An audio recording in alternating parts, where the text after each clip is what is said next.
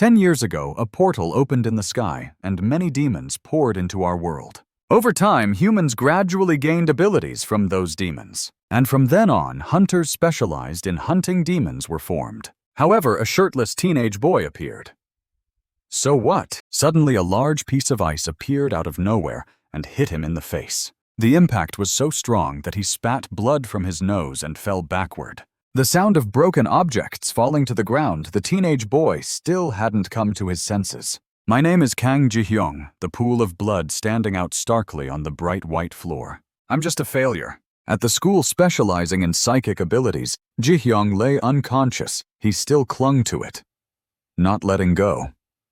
Get up, you bastard! It's all because I have a regenerative ability. He suddenly opened his eyes wide, his whole body trembling, gritting his teeth as if enduring something. That was a F-rank ability, but ironically, it wasn't me. The reason was that I couldn't withstand the excruciating pain while regenerating.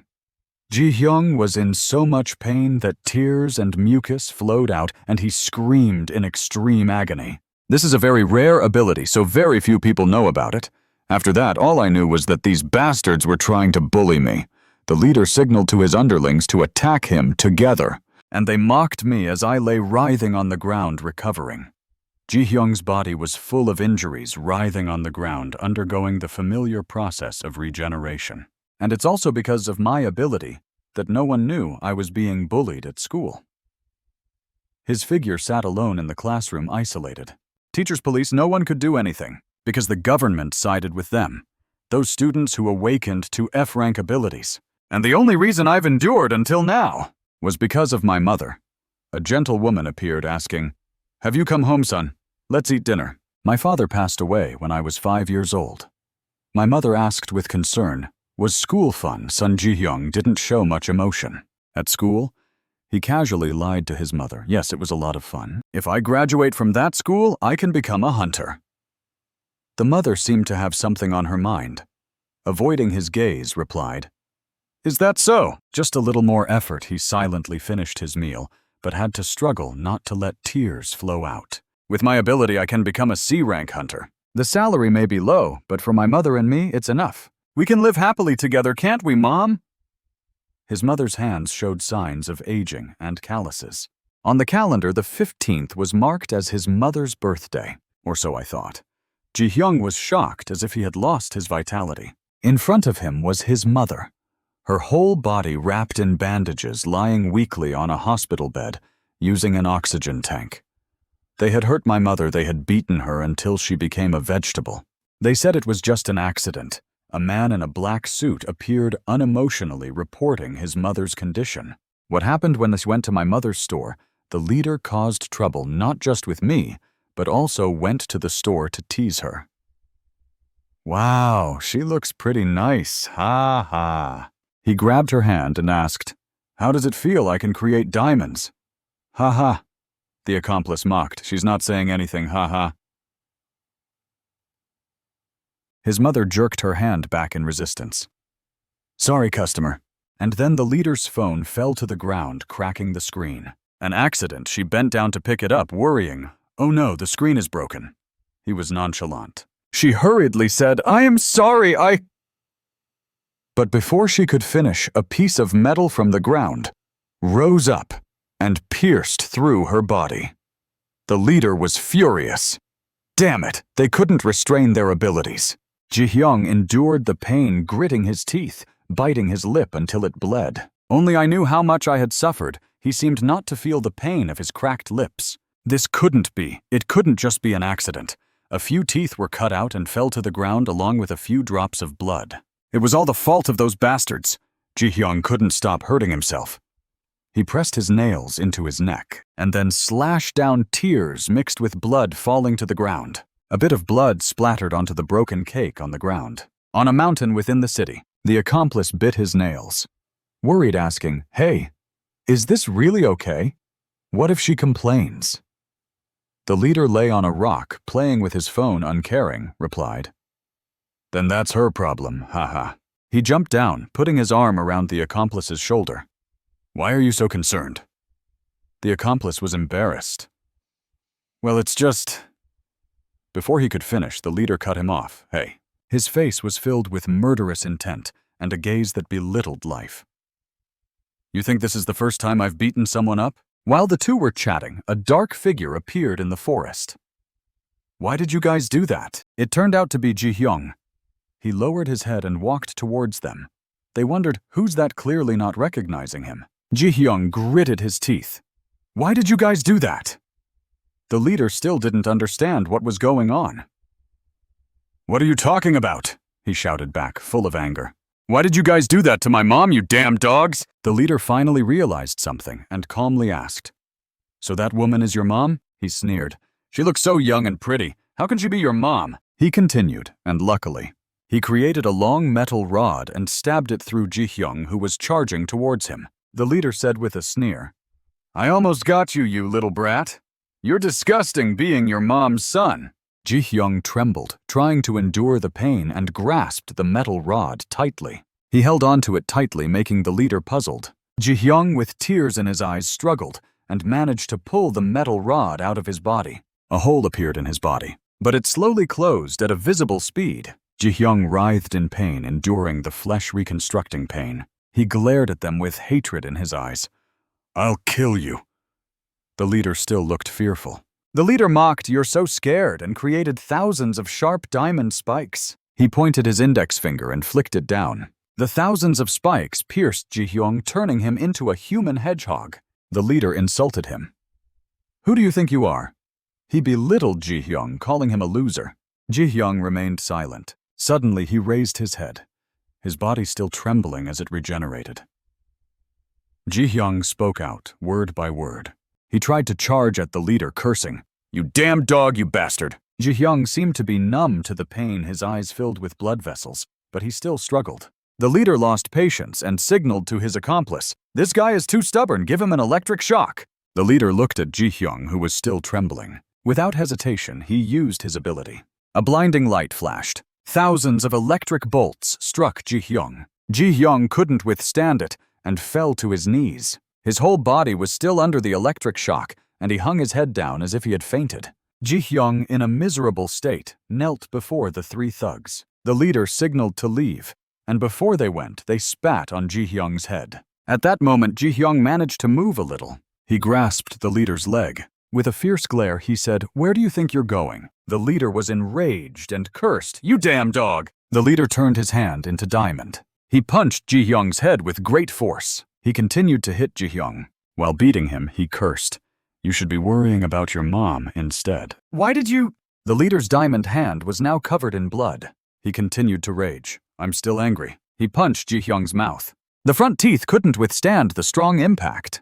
They were directly broken and blood spurted out. A few drops of blood splashed onto the leader's cold face. The leader called out. Hey, the accomplice responded. Huh? The leader suggested, Let's bury this brat alive. Ji-hyung, covered in blood, still tried to speak. Ugh! You damn! The accomplice asked, What are you doing?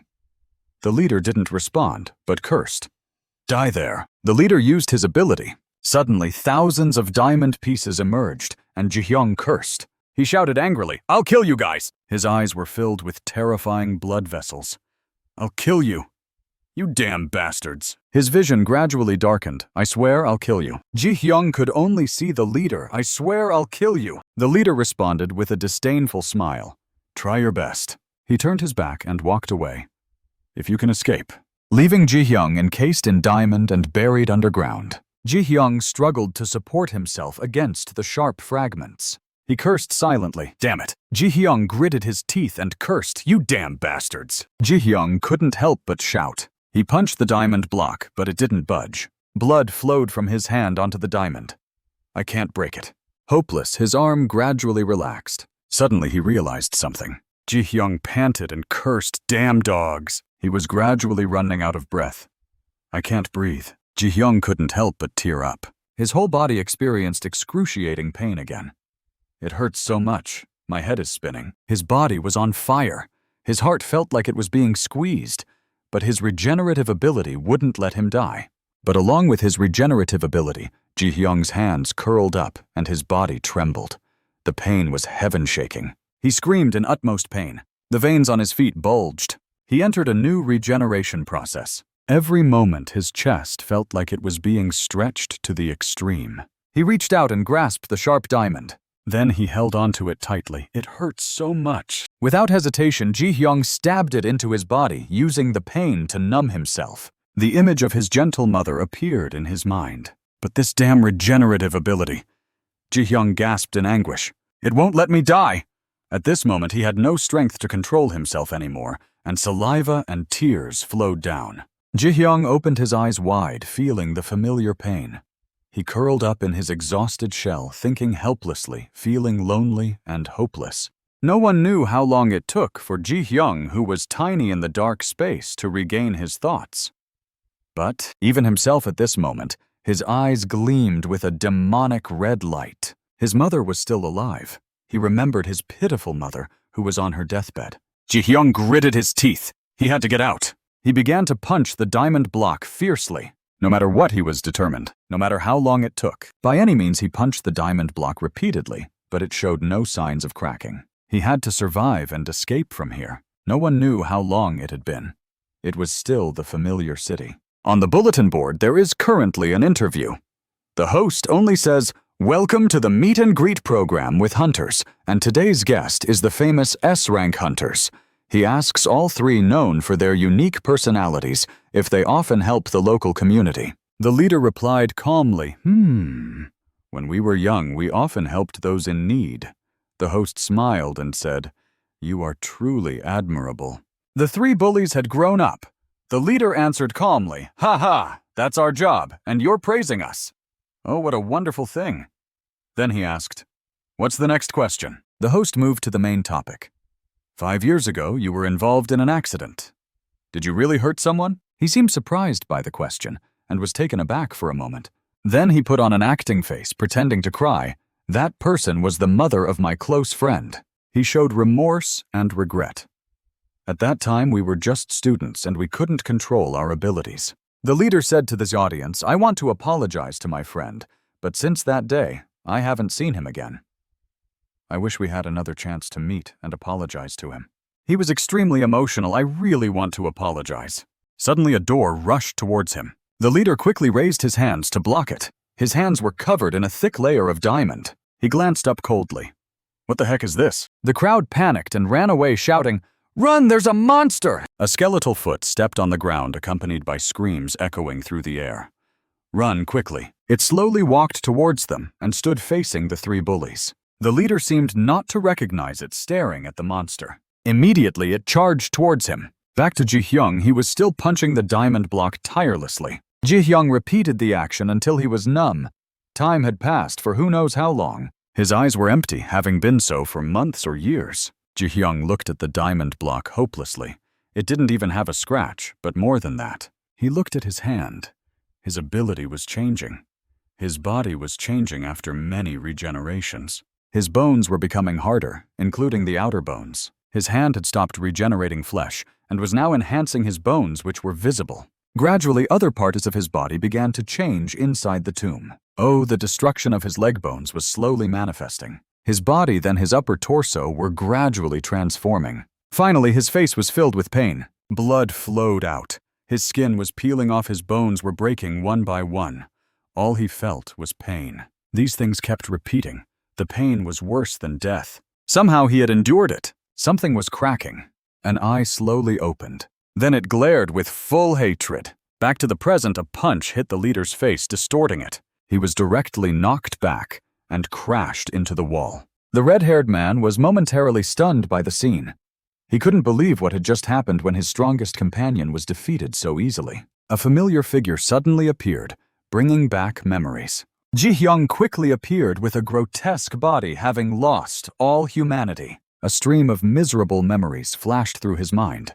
The bully had coldly turned away, not forgetting to taunt good luck. He had smugly laughed, "If you can get out." But time had passed quickly, and it was now the day when the bullies had to look at him with fear in their eyes. Ji-hyung was triumphant. "I made it out, you bastards." Seeing him, the bullies were shocked and couldn't believe their eyes.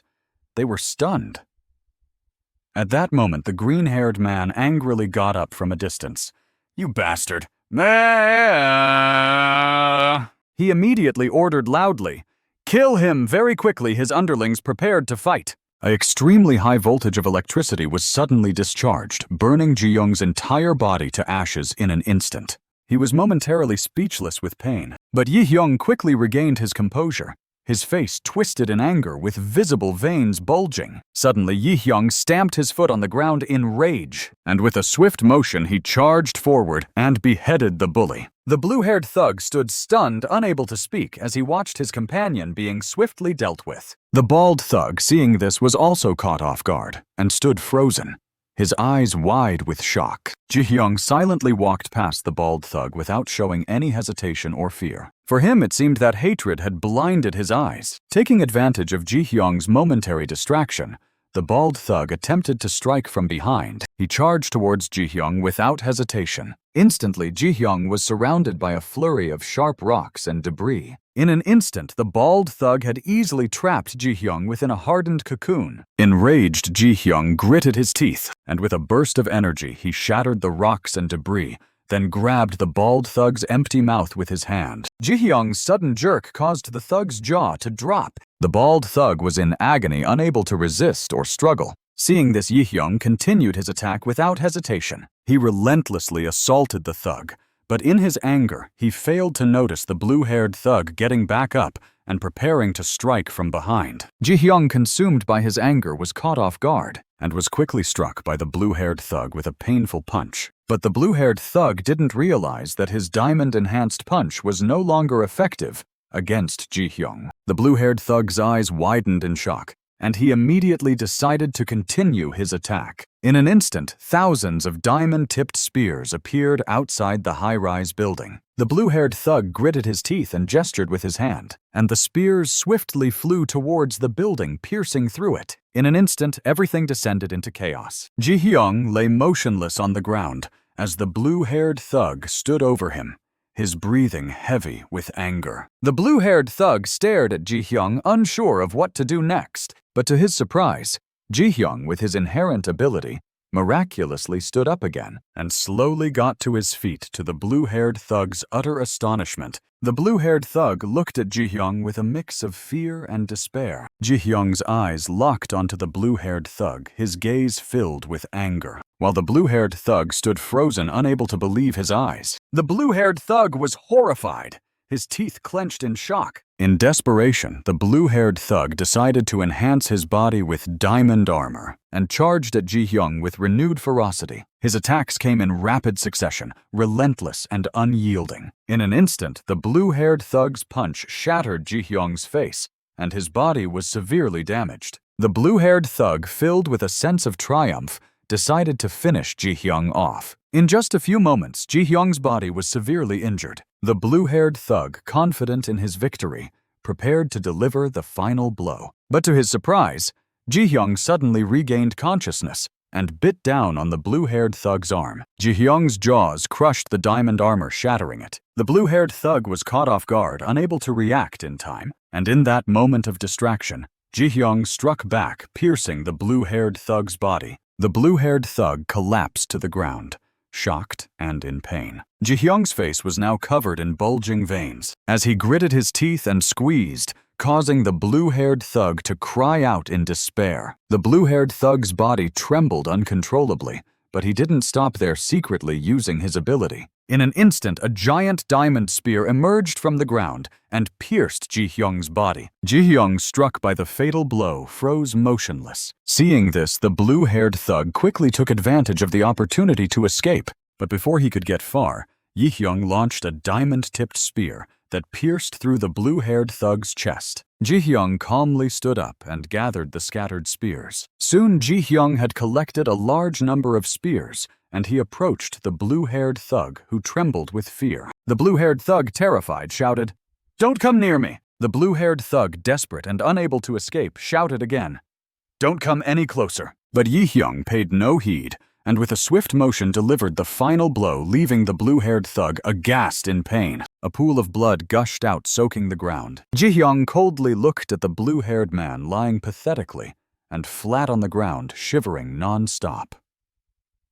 He puzzledly used his remaining strength to ask him, "Who are you?" The blue-haired man kept complaining, Why did you do this to me?" But Ji-hyung remained cold and unresponsive, instead raising his disgusting hand to grab half of the man's face and jerk it.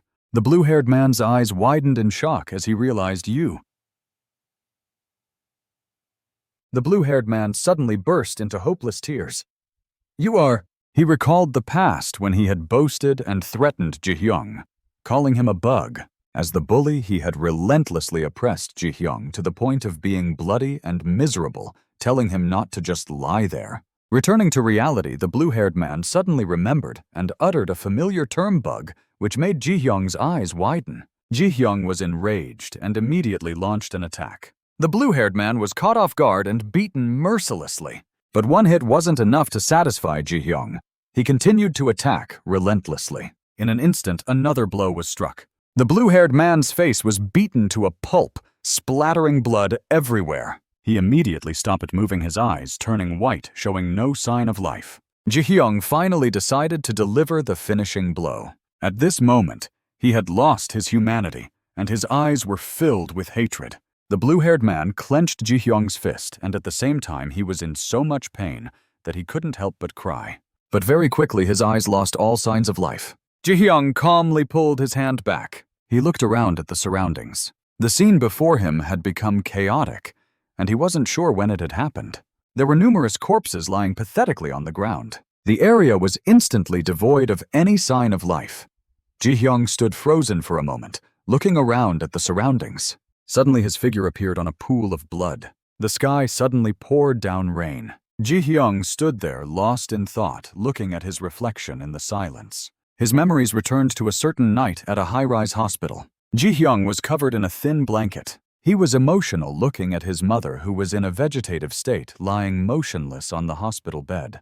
With empty eyes, she couldn't talk to him. Returning to reality, Ji-hyung painfully knelt down on the ground, crying loudly amidst the ruins under the rain. Very quickly, the sky turned bright, and the scene changed to a lush green forest. A magical portal suddenly opened in the forest. Near the exit, a dead monster suddenly appeared, lying flat on the floor.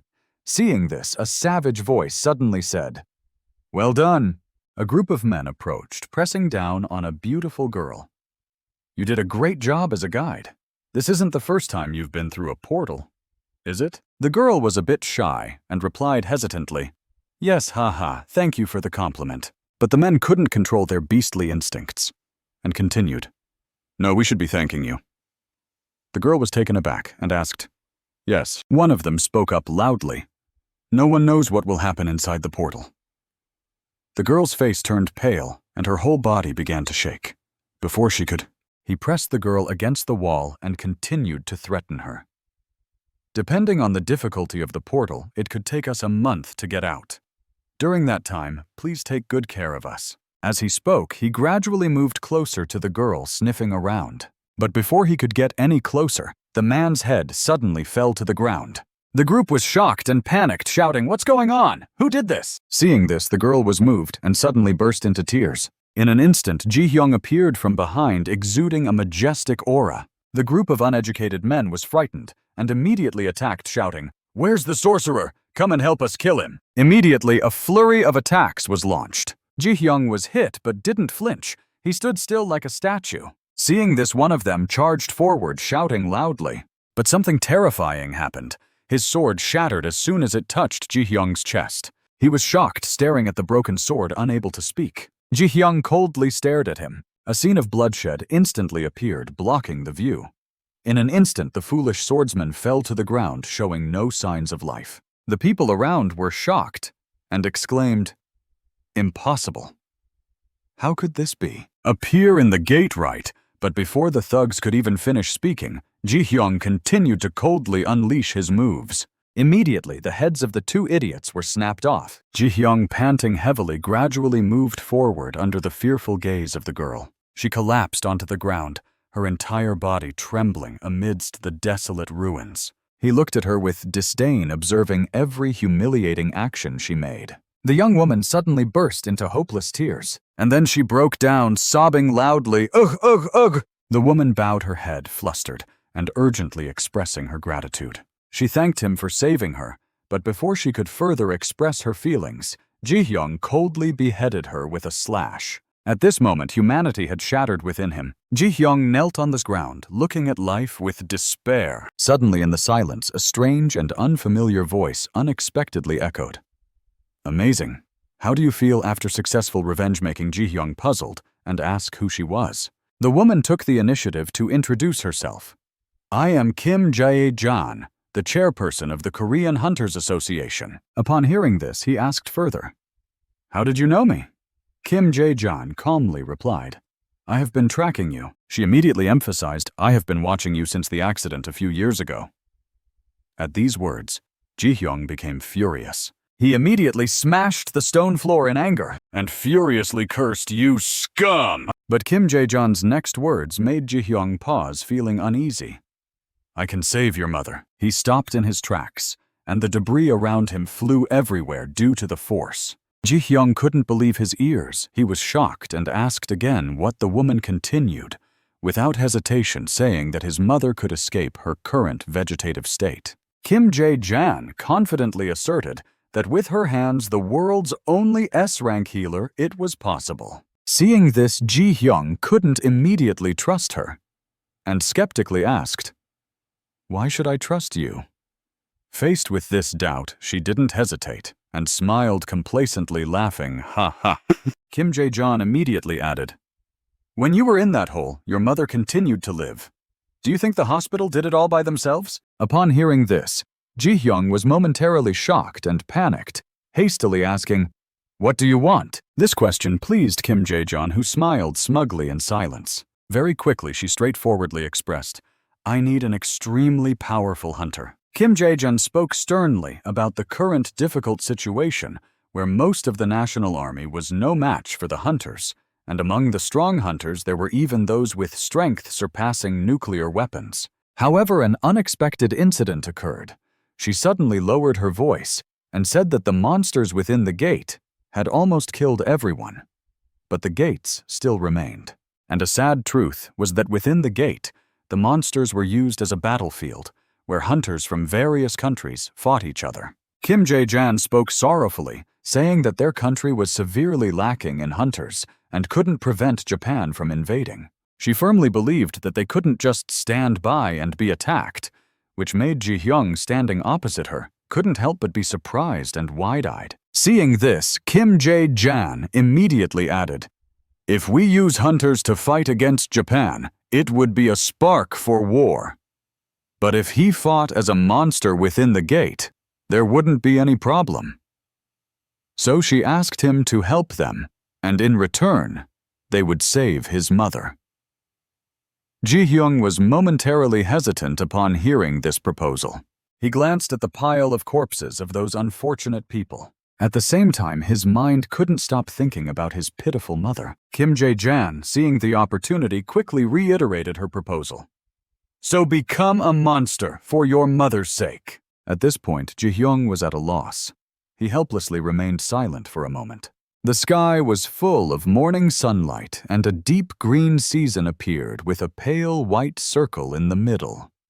This place was known as Japan's Cherry Blossom Land, and the tall, prestigious building was the government headquarters. Inside that building, through a door, two figures were discussing with each other. The man upstairs, the Minister of Defense, spoke, and the man below him responded respectfully.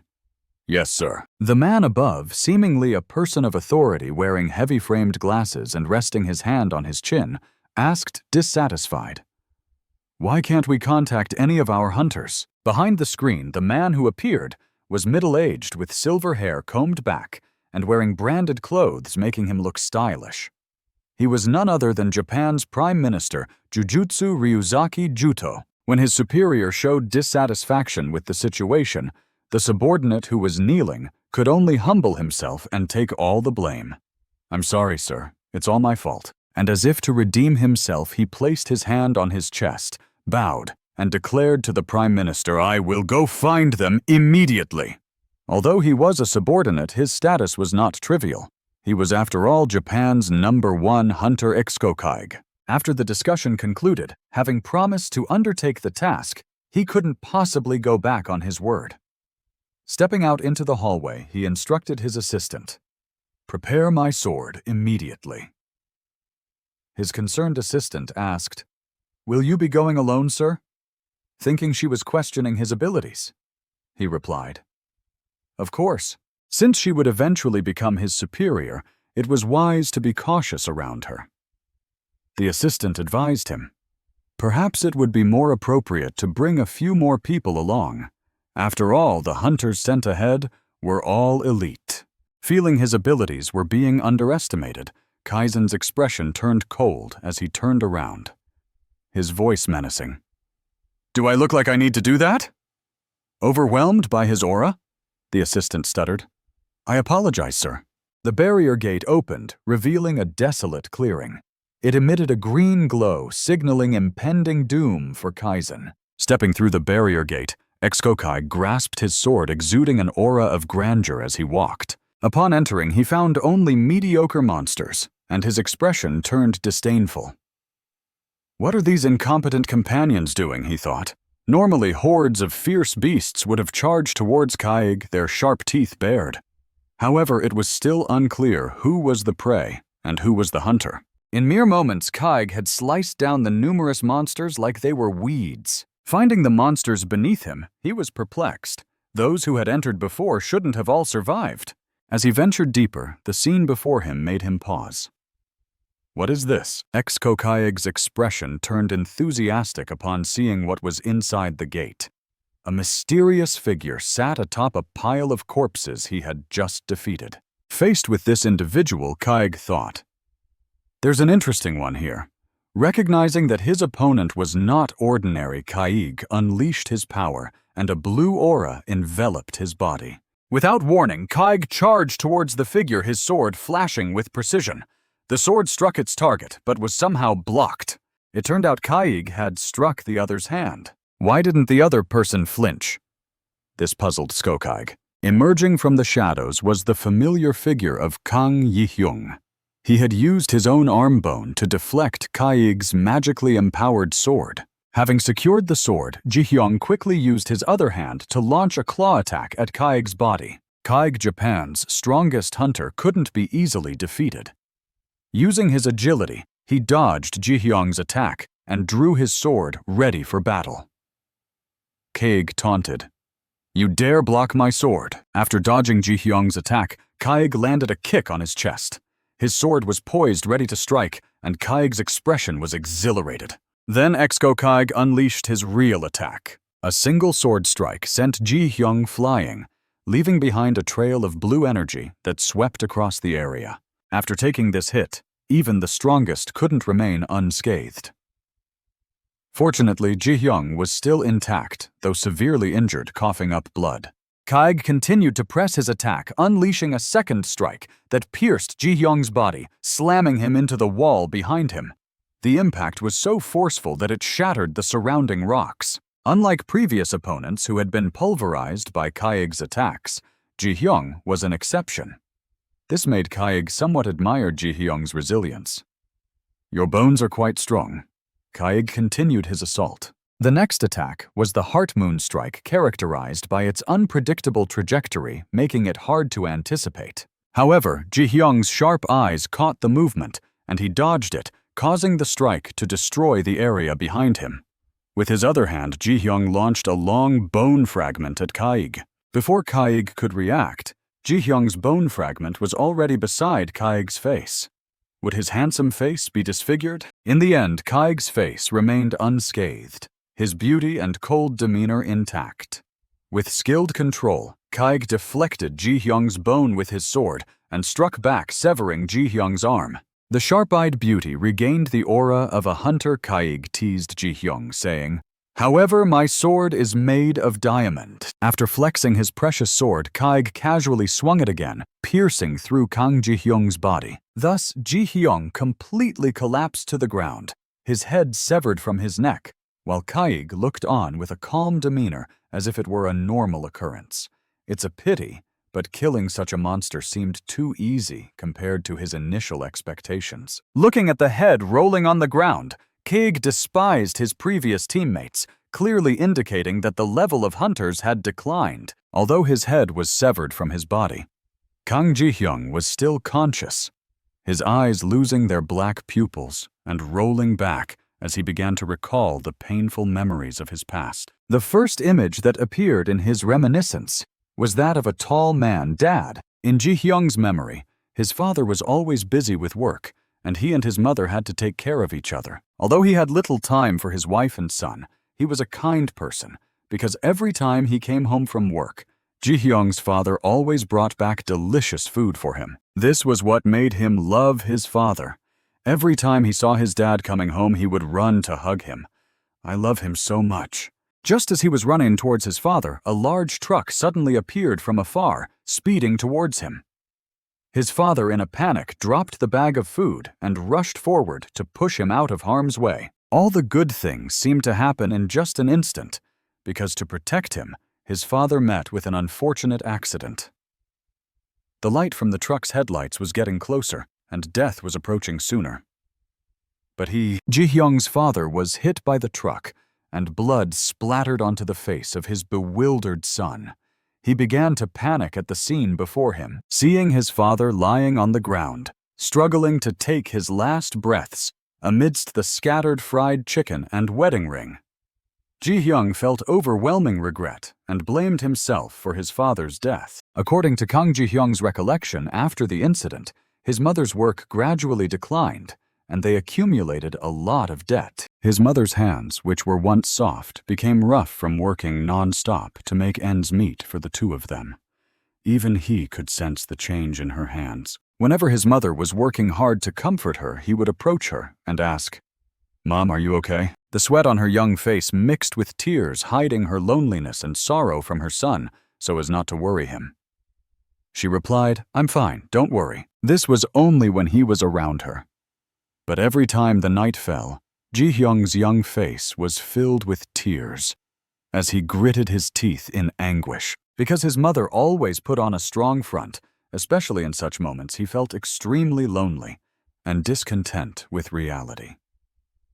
She would sob, and it was those tears at night that made him feel incredibly guilty. He couldn't sleep. After his father passed away, his tears flowed even more than his mother's. He always blamed himself, thinking, "Mom cries because of me." And then the young boy, not yet grown up, took the most foolish path. He held a paper cutter in his hand, ready to end his life, also to end the hardships for his mother. Holding the knife, he trembled, thinking, "Someone like me doesn't deserve to live," and was about to do it. Just then his mother brought food up to his room, and upon witnessing the scene before her, she was utterly shocked. Instinctively, she dropped the bowl of noodles on the ground. She was horrified, her face turning pale as she called out, "My child, Kang Ji-hyung." Hearing his mother's voice turned his tearful face towards her. What shocked the reader was not that he was about to follow his father. It was that from the cut on his hand, which was bleeding, something lumpy began to grow. Ji-hyung told his mother, "It seems I've awakened." The lumpy growth became larger, gradually invading his body, intertwining with his cells and merging with his host's body. Looking at the screen, the large TV was broadcasting news about dungeon hunters. Kang Ji-hyung threw himself into his mother's arms, sobbing, "Mom." Embracing his mother tightly, he expressed his current desire. He wanted to become a hunter. Sobbing on his mother's warm shoulder, he made a promise to himself and to his mother to become a hunter and make her happy. But reality was cruel. Things didn't go as he wished. His mother was bullied by his classmates, who awakened her latent ability, leaving her disabled and dependent on machines in the hospital. These painful memories awakened Kang Ji-hyung, and he began to rise again. His cloudy eyes regained their pupils, and his consciousness returned, preparing for the battle. Because he still had a chance to save his mother.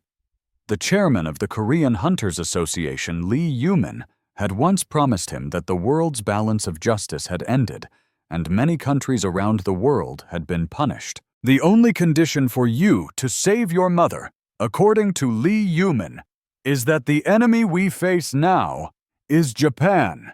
So please become our monster and eliminate Japan's strongest hunter." Ex-Kokaig, after cutting off the head, thought he had won, so he smugly sheathed his sword. However, he didn't know that the eye had regained its focus, and the monster had regained consciousness. Just as Ekskokaig was about to leave after sheathing his sword, he left a few scornful words.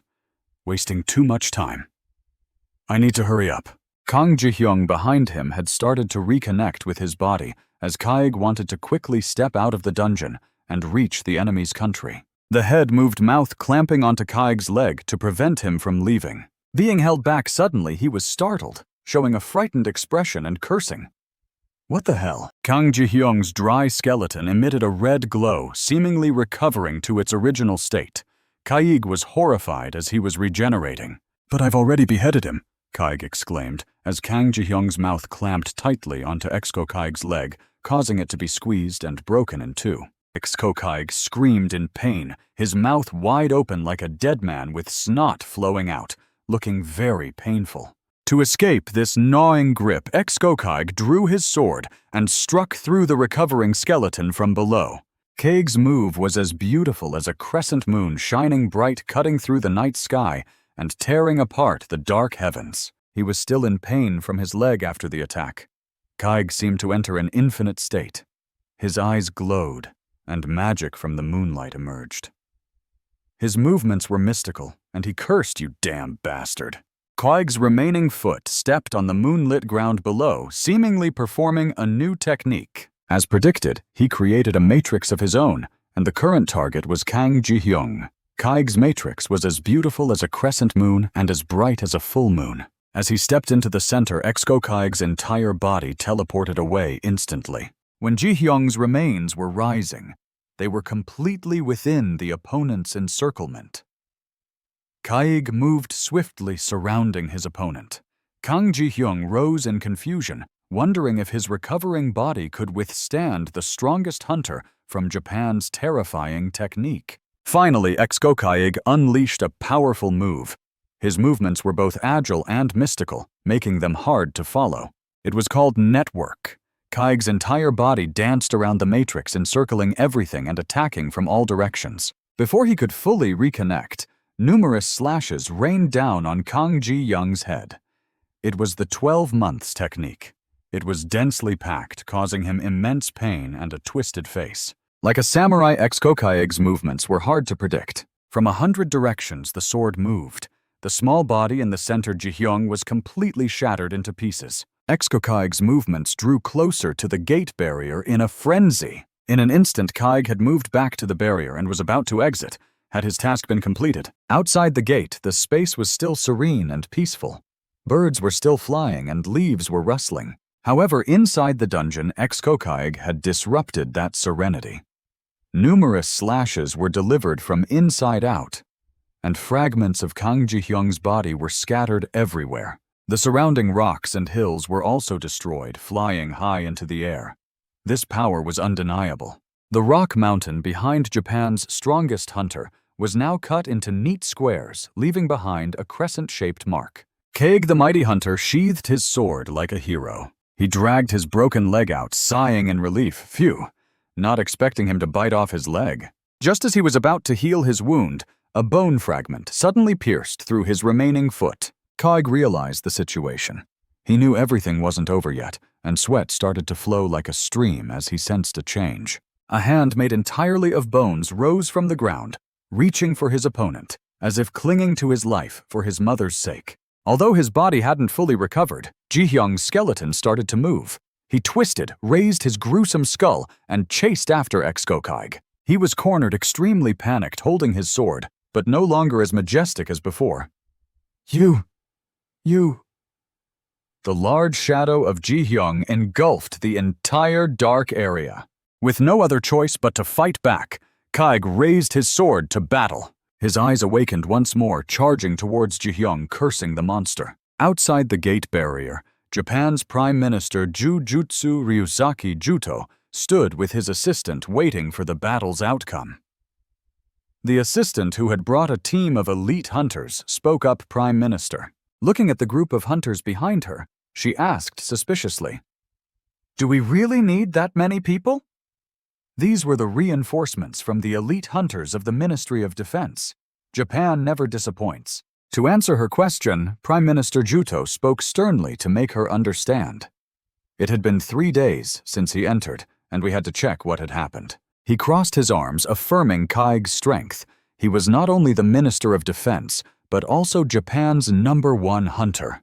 Just as he finished speaking, as if to slap him in the face, Kaig's head, full of blood and tears, separated from his body and rolled out of the barrier. From within the gate, a familiar foot covered in bones stepped out. Exactly. The person who emerged was none other than the winner of this battle, Kang Ji-hyung. His majestic yet dangerous figure looked so imposing, not unlike a great threat approaching the Japanese hunters. Upon seeing this scene, Prime Minister Ryuzaki Juto's mouth dropped in shock. He couldn't believe what he had just witnessed. And just like before, Ji-hyung quickly used his bones to slash across the head of the person in front of him without caring who it was. Immediately, Juto's head separated from his neck. Kang Ji-hyung's actions were always unpredictable and posed a threat to those facing him. At this moment, at the Korean Hunters Association in a high-rise building, a question was raised. Do you think he can really do it? While standing and watching the sunset, Lee Yuman's assistant behind her spoke about Japan. Interrupting her assistant, she still looked towards the sunset and spoke lightly. Let's just wait and see. Minner's words are always right. On Kang Ji-hyung's side, he was now engaged in a fierce attack against the Japanese hunters, if he could. As Lee Yuman's words were always followed by Ji-hyung's actions, the blood of the people here splattered like rain. But it seemed that things weren't as easy as that. The opponent's fist came straight at him with great violence. That's why Jin said that defeating Japan's strongest hunter wouldn't be easy. The one attacking Kang Ji-hyung was none other than Japan's Prime Minister Ryuzaki Juto. He punched fiercely at Ji-hyung's skeletal body with determination. The attack between the two created a massive explosion with devastating destructive power, causing everything around them to be destroyed and left barren. Even Kang Ji-hyung, who had become as tough as a bull, was now lying motionless on the ground, defeated by the Prime Minister. Perhaps the strongest person wasn't ex-Kaig, but this Prime Minister. This was the challenge Yuman had set for him and the Prime Minister. This Japanese Prime Minister Ryuzaki Juto seemed to be on a different level, having made Ji-hyung unable to get back up with just a few punches. He was also Japan's SSS rank hunter.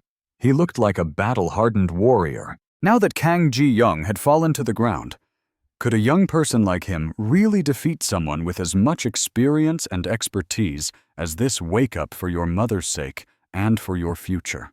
3 years ago, the gates in the sky began to appear more frequently. The gates still showed no signs of stopping, but most of the monsters from the gates had been conquered.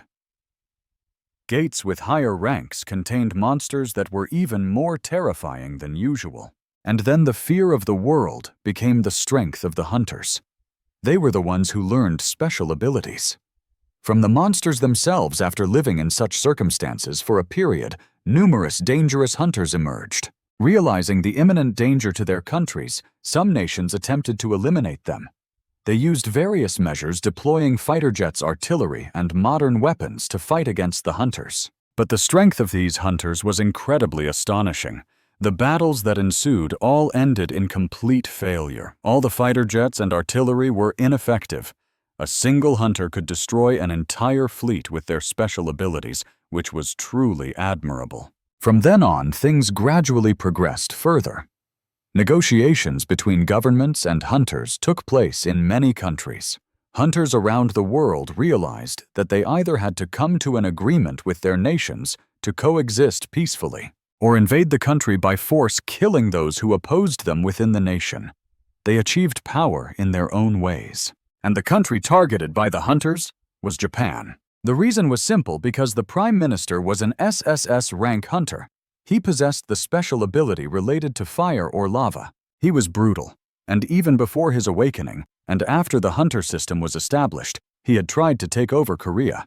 However, that ambition was halted by a monster Kang Ji-hyung, who had been transformed by his regenerative ability. His special ability allowed him to regenerate his body, but it also brought him pain. Seeing himself repairing his body, gradually regenerating, the hunters looked on in amazement. A few among the crowd exclaimed, "He's regenerating again, Prime Minister!" Before he could finish speaking, a group of hunters rushed towards Kang Ji-young, shouting, "Leave it to us!" One of the hunters who stepped forward was Japan's 7th-ranked hunter Jidai Maru, and the other was Japan's 8th-ranked hunter Taku. Both Jidai Maru and Taku closed in on Kang Ji-young. Jidai Maru approached him and said, "A weak monster that can rebirth, how interesting." Taku jumped up, grabbed his weapon and swung it across Kang Ji-young's neck, saying, "What if I cut off your head?" Everyone thought Kang Ji-young was defeated, but he was still standing looking at them with a cold gaze as he grasped Jidai Maru's head. With his other hand, he beheaded Taku. Jidai Maru was caught off guard as Kang Ji-young easily took down the two opponents by himself. Jidai Maru was shocked and couldn't understand what was happening. He opened his eyes wide and uttered, "Huh." Kang Ji-young slammed Jidai Maru's head to the ground, causing blood to splatter everywhere. Jidai Maru lost a lot of blood. Kang Ji-young slowly raised his hand, and all the hunters present stood frozen in shock. Kang Ji-young slowly stood up in front of the gate. Jidai Maru lay motionless on the ground. The Prime Minister stood there stunned, and someone exclaimed, "Gigantic!" The hunters began to murmur, "That bastard, how dare he do that to our hunters?" The Prime Minister. The leader of the hunters activated his special ability and coldly said, "From now on, anyone who dares to take a step forward will be killed." The Prime Minister was already irritated by Kang Ji-young's actions, and it seemed that an intense battle was about to ensue. After hearing the Prime Minister's words, all the hunters trembled with fear and remained silent. Kang Ji-young remained standing in front of the gate, refusing to leave. The Prime Minister, furious, activated his special ability. At some point in the past, during a winter season, snow was falling heavily outside. A young girl was sitting on the side of the road, shivering with cold and discomfort. She curled up, closed her eyes, and seemed to be waiting for death. Suddenly, footsteps approached, and a refined man crouched down beside her. He gently asked, "Hey, little girl, why are you here?" The girl slowly opened her eyes and looked up. The man leaned in closer to the girl. The girl was freezing, but still managed to look up at him. The man sat down beside the girl, who asked confused, "Who are you?" The man didn't answer, and instead looked up at the street sign. The man said, "It's very cold." The man took off his coat and put it on the girl, then gently took her hand and led her away. Their footprints were left on the snowy ground. As they walked, the man asked, "What's your name, little one?" The girl looked up embarrassed and revealed that she was Kai-Gru. Back in the present, the Prime Minister's body began to transform, with magma-like structures appearing on his skin. Kang Ji-young stood there smiling and lost in thought. The Prime Minister unleashed his ability, and Kang Ji-young quickly raised his hand to defend himself against the attack. The Prime Minister's attack as an SSS-ranked hunter sent Kang Ji-young flying, and he couldn't resist. Before Kang Ji-young could even react, the Prime Minister teleported behind him, grabbed his shoulder, and prepared to strike. The Prime Minister then pierced through Kang Ji-young's body with his magma-like ability. Kang Ji-young screamed in pain, his mouth open wide and his tongue moving uncontrollably. Kang Ji-young's scream echoed through the air despite his regenerative abilities. The pain was still unbearable, and the Prime Minister seemed to be savoring the violence. Kang Ji-young's body was pierced through, his eye popped out, but even so, Kang Ji-young's eye, now detached from his body, still stared at the Prime Minister. The Prime Minister wasn't satisfied yet and summoned a column of magma to crash down on Kang Ji-young. The magma engulfed Kang Ji-young. People watching from a distance were awed by the Prime Minister's battle prowess, exclaiming, "Amazing." Kang Ji-young was battered to the point where he was left with nothing but bones and magma-covered remains. The hunters were shocked, saying the Prime Minister is truly powerful. The Prime Minister slammed his hand on the ground, revealing the head of a girl. As the Prime Minister turned to leave, he glanced back. Kang Ji-young's body began to regenerate. His bones reassembled, and his cells began to recover. Throughout the regeneration process, Kang Ji-young continued to scream. The Prime Minister watched Kang Ji-young with a tense expression. With this, the resistance was considered over. A man and a woman stood on the rooftop of a building surrounded by numerous corpses. The man said, I'm sorry for dragging you into this mess. The girl replied, It doesn't matter. The girl standing behind the man was the same young girl Kaigriu was at that time. She bandaged her wound herself. The man still looked into the distance and said, Anyway, we haven't defeated Japan yet. And now we still have to target Korea and China. The man also took out a bandage to stop the bleeding on his hand and said, Next time you might lose your life. If you're scared, just tell me and I'll let you stop. Kaigriu spoke up. You are the one who guides me. When I die on the streets, my life is as good as yours. There was one thing that made Kaigriu step closer to the man. The man spoke. Can I acknowledge it when everything is done? Kaigriu continued. Can I call you father? The man closed his eyes and said, Why be so rigid?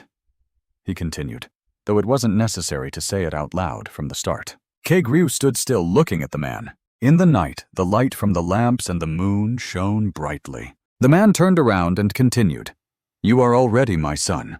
The Prime Minister's anger continued to erupt like a volcano with lava surrounding everyone and advancing towards the hunters. One of the hunters used her special ability to freeze the lava that was approaching them. As soon as she finished, the girl looked up and said, Juto. Everything around them was lava. The Prime Minister was burning fiercely, but the hunters stood within the safe zone created by the girl's ice. Kang Ji-hyung stood on the edge of the lava looking up at the Prime Minister. The volcano was on the verge of erupting, and then the volcano erupted. A loud explosion resounded. A voice echoed through every cell, melting and disappearing. The Prime Minister was in a state of total focus, preparing to unleash his lava transformation. A flash of light quickly passed through him. The hunter's Prime Minister just needed to raise his hand to launch a fast and terrifying attack.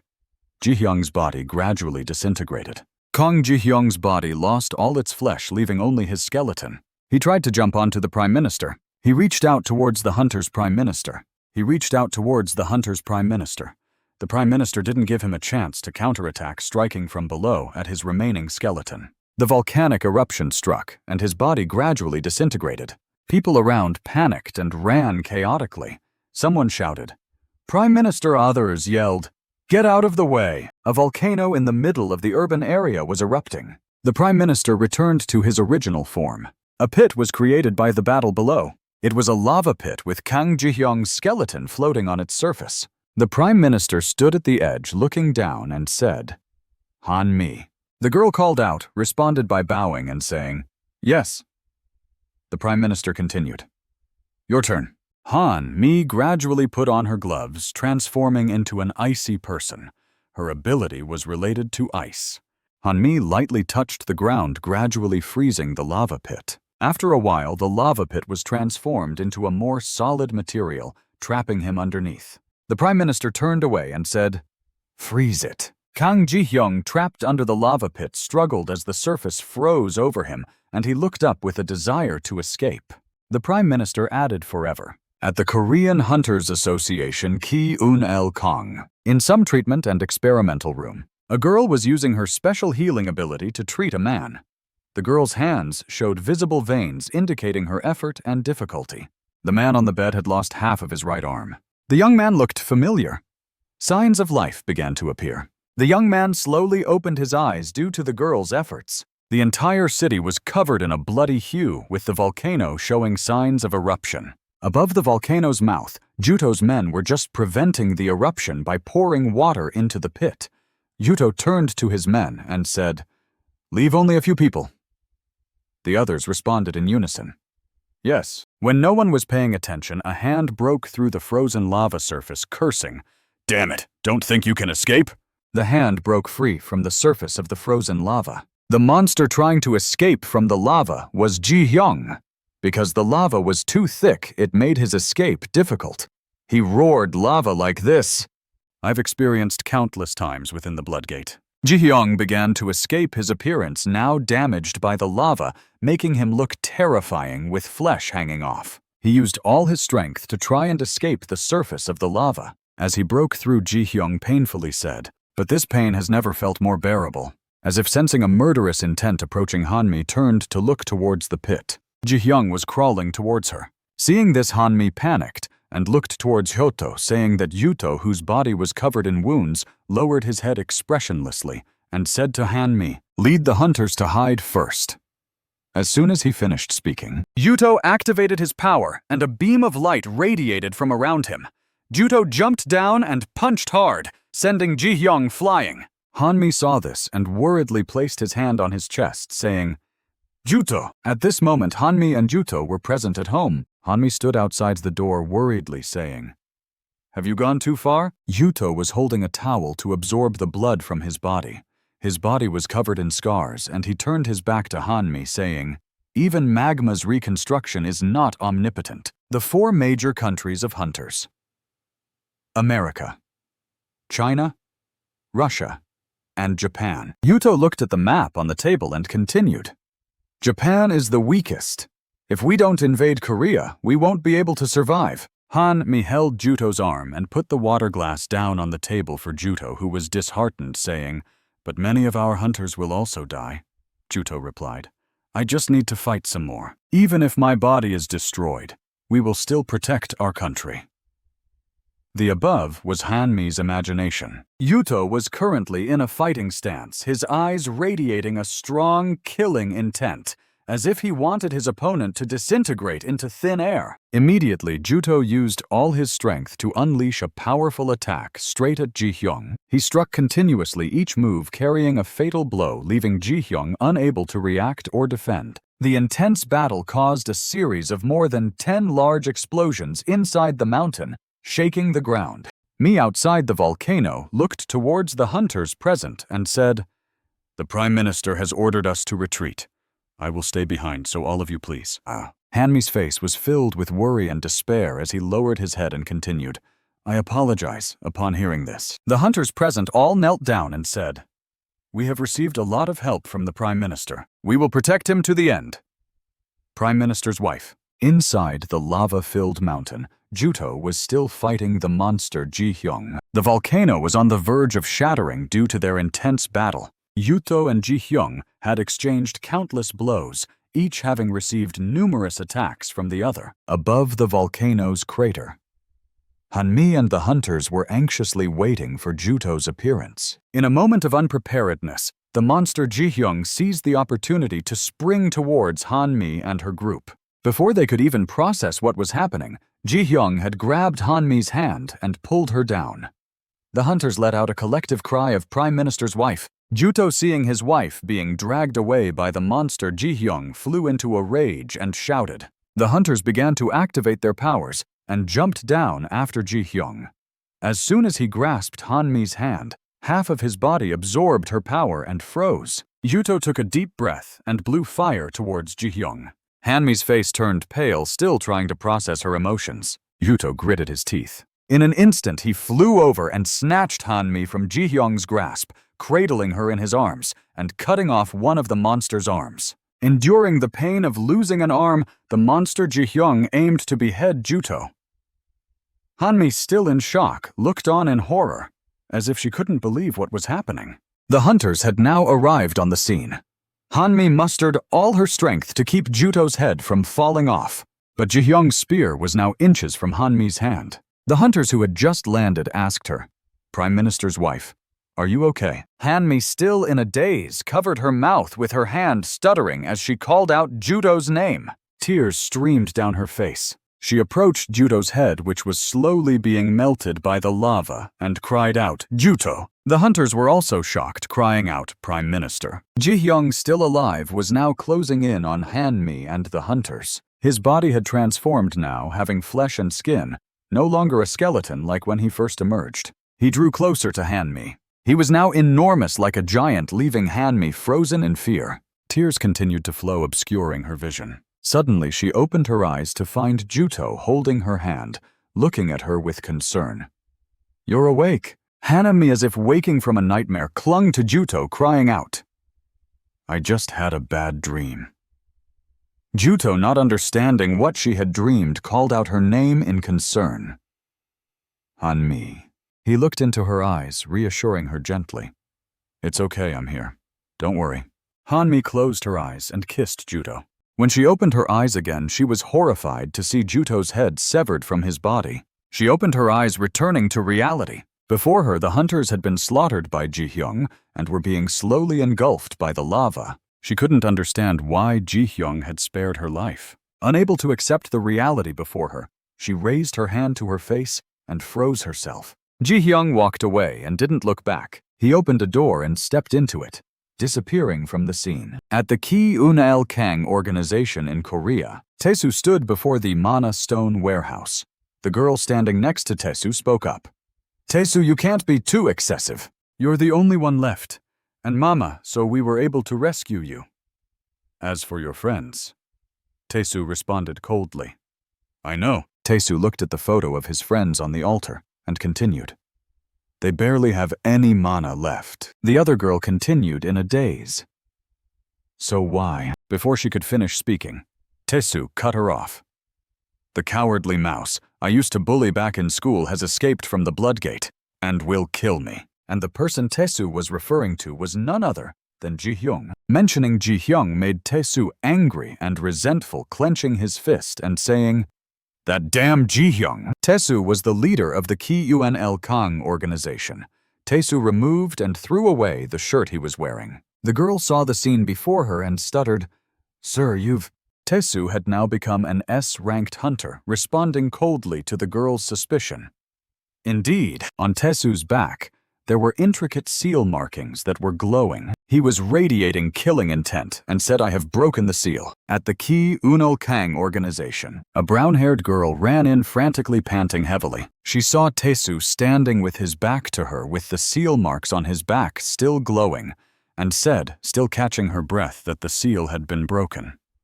He smiled slightly upon hearing this and said, "Then..." He turned around to face the rows of people standing in uniform lines and declared loudly, "Gather all members of the Ki-eun-el Kang organization immediately." The man in a black vest at the end of the row responded, "Ready to follow your orders, sir." The others behind him turned to discuss, "What, I thought he was dead." Someone beside him replied, "It seems the vice president has resurrected him." The man in the black vest was the manager of the S-ranked tactical team named Han Kyung-chan. He was still slightly hunched over, with one hand in his pocket and the other adjusting his glasses, saying, "That monster has moved to the back gate after the manhunt by Japan." Just as he was about to continue speaking, Taesu cut him off coldly. "Deal with that damn guy!" Kyung-chan exclaimed upon hearing this.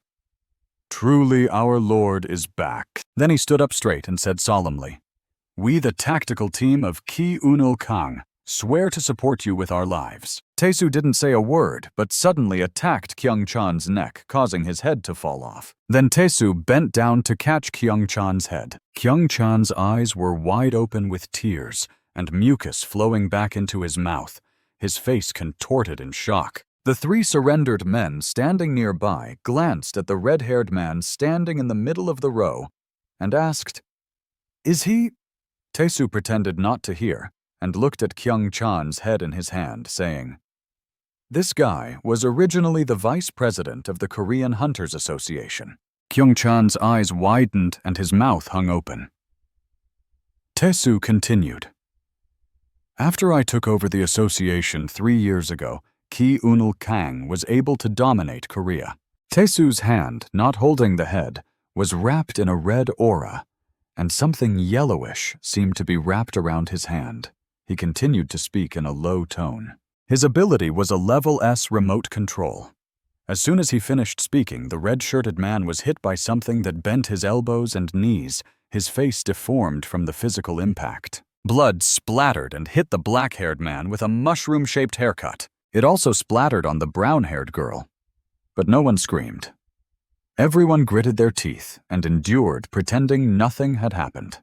Recalling the moment when Taesu was still sealed on the brown-haired girl's back, she had asked him, "Is it necessary to release your seal?" The sealing script on his back lit up, and the girl continued, "Your ability is cursed." Returning to the present, he knelt on the ground, his face down, looking at his hand with the red aura, thinking that being splattered with blood wasn't the best. His eyes became terrifying. A beam of light emanated from his right hand, and the surrounding area was filled with a bloody aura, making him even more fearsome.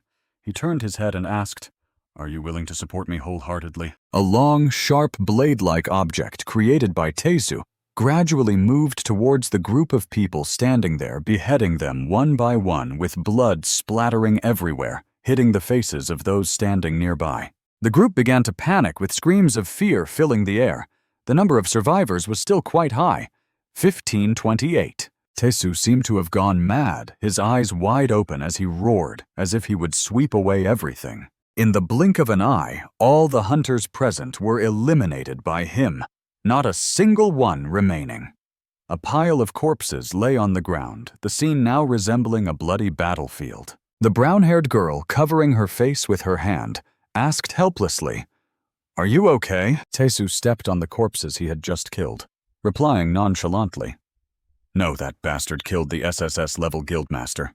Colorful threads appeared, pulling the corpses together. The bloody corpses were pierced by long, sharp skewers, and the threads pulled them together, stacking them into a high pile. Tesu sat on the pile of corpses, his clothes stained with fresh blood, saying coldly, "It's still not enough." His body trembled. "I will kill you no matter what, you insect. Not Kang Ji-hyung." Tesu raised his head, his blue eyes flashing. His face was stained with fresh blood as he said coldly, "I will fly." At a certain port under the night sky, Lee Yumin stood alone in front of a green-colored spatial gate. Kang Ji-hyung stepped out from within the gate. Lee Yumin spoke up. "Welcome. At a high-rise building, I will proceed with the recovery process right now." Lee Yumin stood beside Ji-hyung's mother's hospital bed.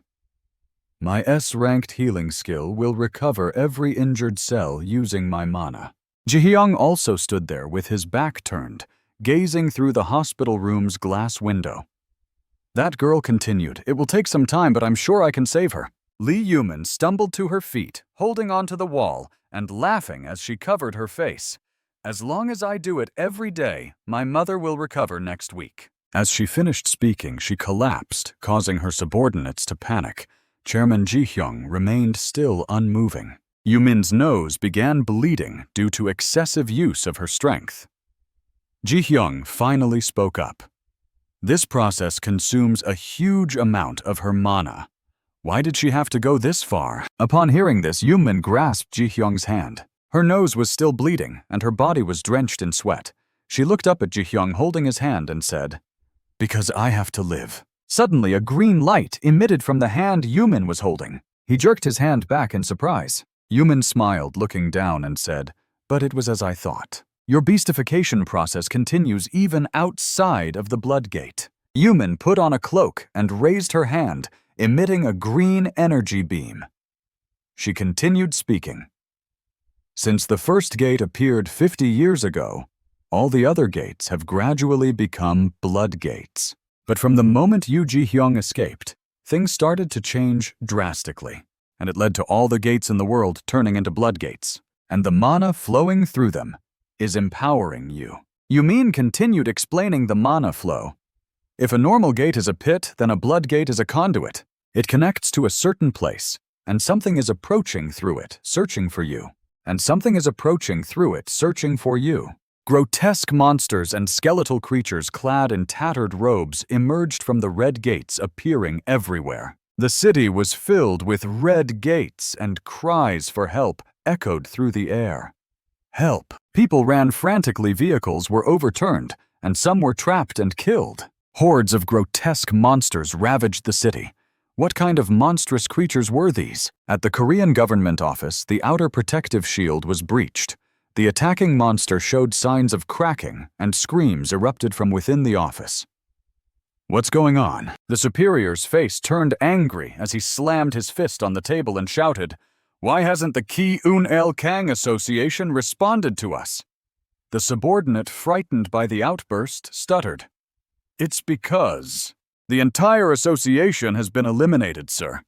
The superior's anger escalated as he shouted, "What? Why?" "We don't know either. What should we do now? Should we call for international aid?"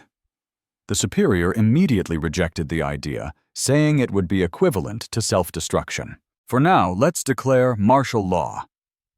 The subordinate attempted to offer a suggestion, but the superior interrupted him loudly, saying that the military wouldn't be effective. He rubbed his temples looking distressed and said, "The Ki Unl Kang Association isn't all we have." He thought to himself that there were other hunters besides them. The second-ranking association in Korea is the Dosa Association with Gen Ujin Level A and Akang Sehi Level A. The third-ranking association in Korea is the Vinin Association with Vinin Level A and Vinin Maun Level A and Wimin Stir. The fourth-ranking association in Korea is the Jang-hak Association with Jang-hak Level A and Nam Junior Level A. They all appeared at once under a single monster. The monster swung its fist, and they were all defeated. Ji-hyung, watching from above, was shocked and shouted, "Is it all my fault?" Lee Yumin stood beside him, arms crossed, observing the scene, and asked, "What will you do now?" A short-haired girl was running when she tripped and fell to the ground. Ji-hyung jumped down from above, creating cracks around the impact zone. His eyes turned red as he looked up. "When I died in the Bloodgate, the mana inside tried to turn me into a monster. I thought I couldn't resist it. But it turned out that wasn't the case. It's just that this mana wasn't enough to kill me, until I completely transformed into a monster." He gritted his teeth. Recalling the image of his mother lying motionless on her hospital bed, he finally felt a sense of peace after she received treatment. He rushed forward and grabbed the head of a monster. As he attacked it, he shouted, "Why won't you just leave me alone?" "Is that him?" A menacing-looking monster sat on a grand throne, resting its elbow on the armrest, wondering who had created the crack. Through the glass, a bizarre hand could be seen lying on the ground on the other side. The arm was covered in holes that resembled eyes, staring out with a deep red color, surrounded by a bloody aura. Kang Ji-hyung spoke with determination and strength. "I'll take care of all these monsters. You just stay safe and treat my mother." Lee Yumin stood beside him, gazing out at the glass with a cold expression, and replied, "Got it. I'll treat her at the association's shelter." While his words were reassuring to Kang Ji-hyung, Lee Yumin was secretly urging him to fight more fiercely. At this time, Kang Ji-hyung had also come out and started fighting the hideous monsters, using powerful attacks to defeat them one by one as they charged towards him. Ji-hyung's attacks caused the watermelon smoothie of the monsters to splatter everywhere. While focusing on the fight, he also observed the monsters. These monsters looked familiar. Similar to the kind he had been fighting at the Bloodgate for 5 consecutive years, Ji-hyung's red eyes, full of death, continuously watched the every move of the monsters. Then Ji-hyung looked at the red floating spatial portal in the air. The number of monsters that could come out of the portal was limited, as all activities would stop after a while. "I've killed all the monsters here. If I continue, I might be able to live happily." As he stepped over the piles of flesh on the ground, left behind by the monsters he had just defeated, Ji-hyung was still feeling joyful and thinking about his future when a bullet suddenly shot through his head from behind.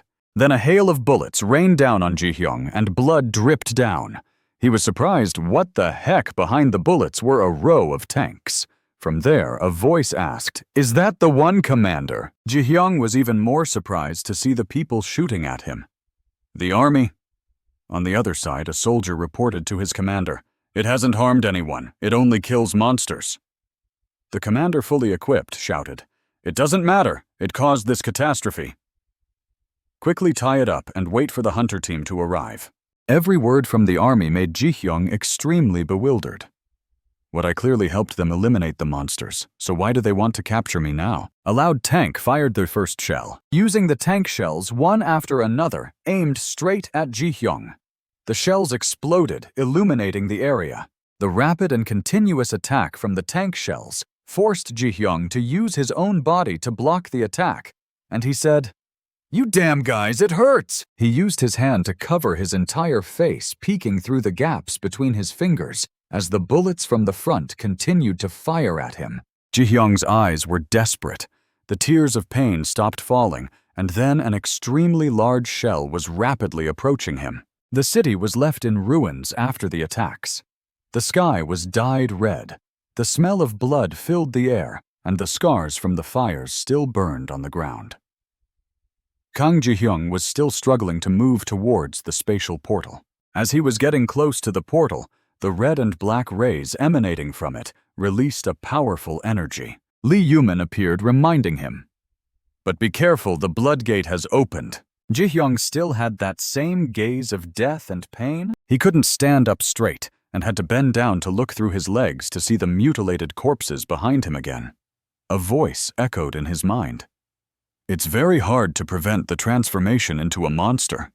Upon hearing that voice, Ji-hyung wondered, huh? Then he gradually lost consciousness, and his eyes closed. Kang Ji-hyung appeared in the classroom lying on the floor, his body convulsing in pain with fresh wounds visible on his body. Ji-hyung cried out in pain. But no one in the class noticed except for his blonde-haired friend, who turned around to look at Ji-hyung with a concerned expression. A fragment of memory surfaced showing a brief conversation between Kang Ji-hyung and the blonde-haired boy. Damn it, Han Tae-so. And those bastards, why do they keep bullying you? The blonde-haired boy clenched his fist and punched the wall in anger, while Ji-hyung timidly leaned against the wall, his voice trembling, saying it was because he was easy to bully. Kang Ji-hyung, his face covered in wounds and his body smeared with blood, bowed his head and said, "You will be beaten by them too, so just pretend not to know me at school." Upon hearing Ji-hyung's cold words, the blonde-haired boy felt uneasy. What? When his childhood friend said such things, the blonde-haired boy grabbed Ji-hyung's collar and shouted loudly, "Hey Kang Ji-hyung, are you crazy?" Kang Ji-hyung's battered face still avoided the blonde-haired boy's gaze, showing a hint of fear, not because he was afraid of being beaten, but because he was afraid of his friend's concern. The blonde-haired boy didn't know what to do when he saw Ji-hyung's face, so he angrily let go. Forget it, damn it. Then he turned around and left, leaving behind only one sentence. Get out, as he walked away. That was how his childhood friend abandoned him. Kang Ji-hyung still remembered the back of the blonde-haired boy as he walked away. Or maybe it was just his imagination. Back in the classroom, he was still writhing in pain on the floor. But in his subconscious, he was still thinking of his friend. But in reality, the blonde-haired boy was gathering evidence. He just turned his head to look at Ji-hyung, but his eyes revealed a deep-seated anger with visible veins on his face. This was evident from his right eye, which was capturing every detail. After collecting enough evidence, he sent it all to the police, the education authorities, and many other places. Then the next day in some hospital room there were anguished screams. Damn it, damn it! People found him in a state where he had lost his right eye. The blonde-haired boy was shocked when Kang Ji-hyung was continuously tormenting himself. Damn it! He stared blankly at the bandage covering his eye. Looking at Ji-hyung. I'm sorry, Kang Ji-hyung. The blonde-haired boy bowed his head. I guess I won't be able to go to school with you anymore. Ji-hyung seemed to collapse from grief. Han Tae-so is the one who did this, isn't he? He was so angry that his body was shaking, and he gritted his teeth. I will definitely. The blonde-haired boy didn't let him finish his sentence. He placed his hand on his shoulder. The blonde-haired person's face showed fear, and he struggled to say, Don't do that, as sweat dripped from his brow. Kang Ji-hyung wiped away tears with his hand, worrying. What will we do now that you've lost your abilities? The blonde-haired friend comforted him. Don't worry. Then he raised a finger, smiled, and showed that he was fine, that everything was okay. It turned out that the images just seen were just a fragment of Kang Ji-hyung's old memories holding the head of his childhood friend who had already lost his life. He recalled the words related to the present that he would join the army. It was his own hand that was holding his friend's head, and it wasn't until the mask fell off that he realized one of the people in the army group on the other side was his friend. But it was too late, as his friend was already dead. Ji-hyung's mind seemed to collapse, his head heavy. He held his friend's head and wailed in despair, his screams shaking the entire area. But the monsters didn't care about Ji-hyung's pain. They took advantage of the situation and attacked him from behind. Ji-hyung, filled with sadness and anger, turned around to fight back. He used his long, sharp claws to swipe at the monsters.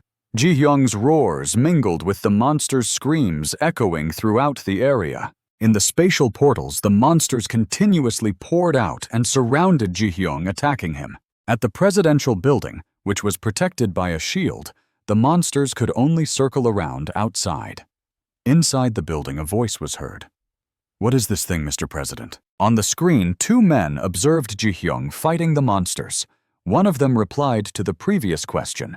"It's the monster that killed the chairman of Ki-un-il Kang and the former Prime Minister of Japan." The old man continued, saying that after investigating, they had come to the conclusion that the creature causing the current chaos had to be killed in order to return the portals to normal. The president watched the screen confused. But why are they fighting each other so chaotically? The man with the president? The secretary replied, "We don't know, but what's more important is that there are other monsters that can't be defeated." The president continued to watch the screen, his eyes fixed on it, showing anger. The secretary continued. "Furthermore, the Bloodgate has started to expand and we can't delay any further." In response to the report, the president asked, "What about the hunters?" The secretary reported, "They've been eliminated, sir."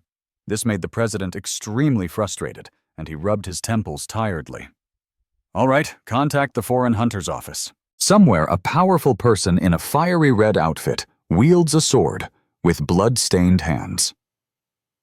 The woman is known as Wan Yo-wang, the #1 in China.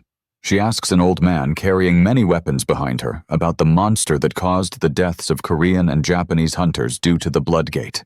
Then she thrusts the sword into the ground, causing a deep crack to form. The voice became filled with excitement. "This is going to be interesting." Under the fiery red sunset, only two mysterious figures remain.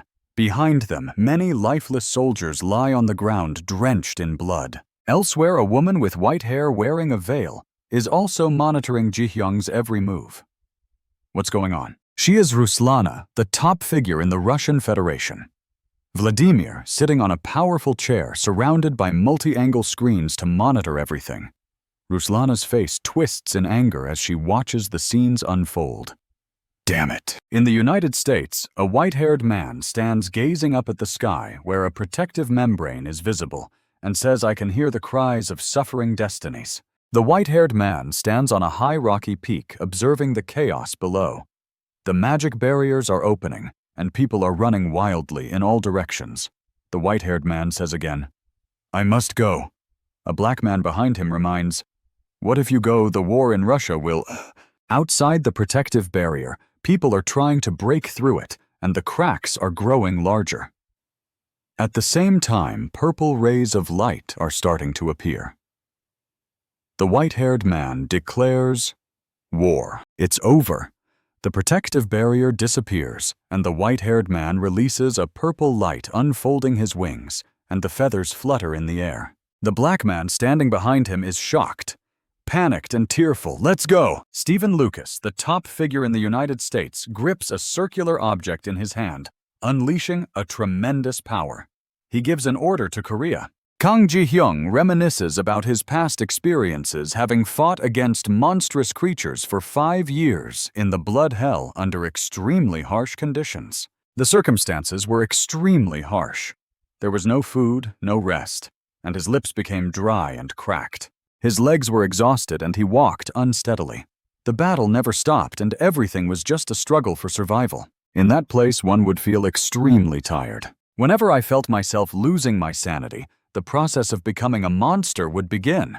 However, each time that happened, I remembered the faces of two people. It was my mother's face lying vegetatively on a hospital bed, and the face of the one who made my mother end up like this. Thanks to that, my transformation into a monster was suppressed. Now I'm starting to lose control again. Is it because I've avenged my revenge and my willpower has weakened? Not at all. It could be the magic of the dungeon is getting stronger when I'm close to it, so I just can't control myself. That's why I've killed people, and the corpses with their eyes wide open haven't had a chance to close them yet, lying scattered wherever Kang Ji-hyung has passed. Those were innocent people. I think I should stay away from this dungeon.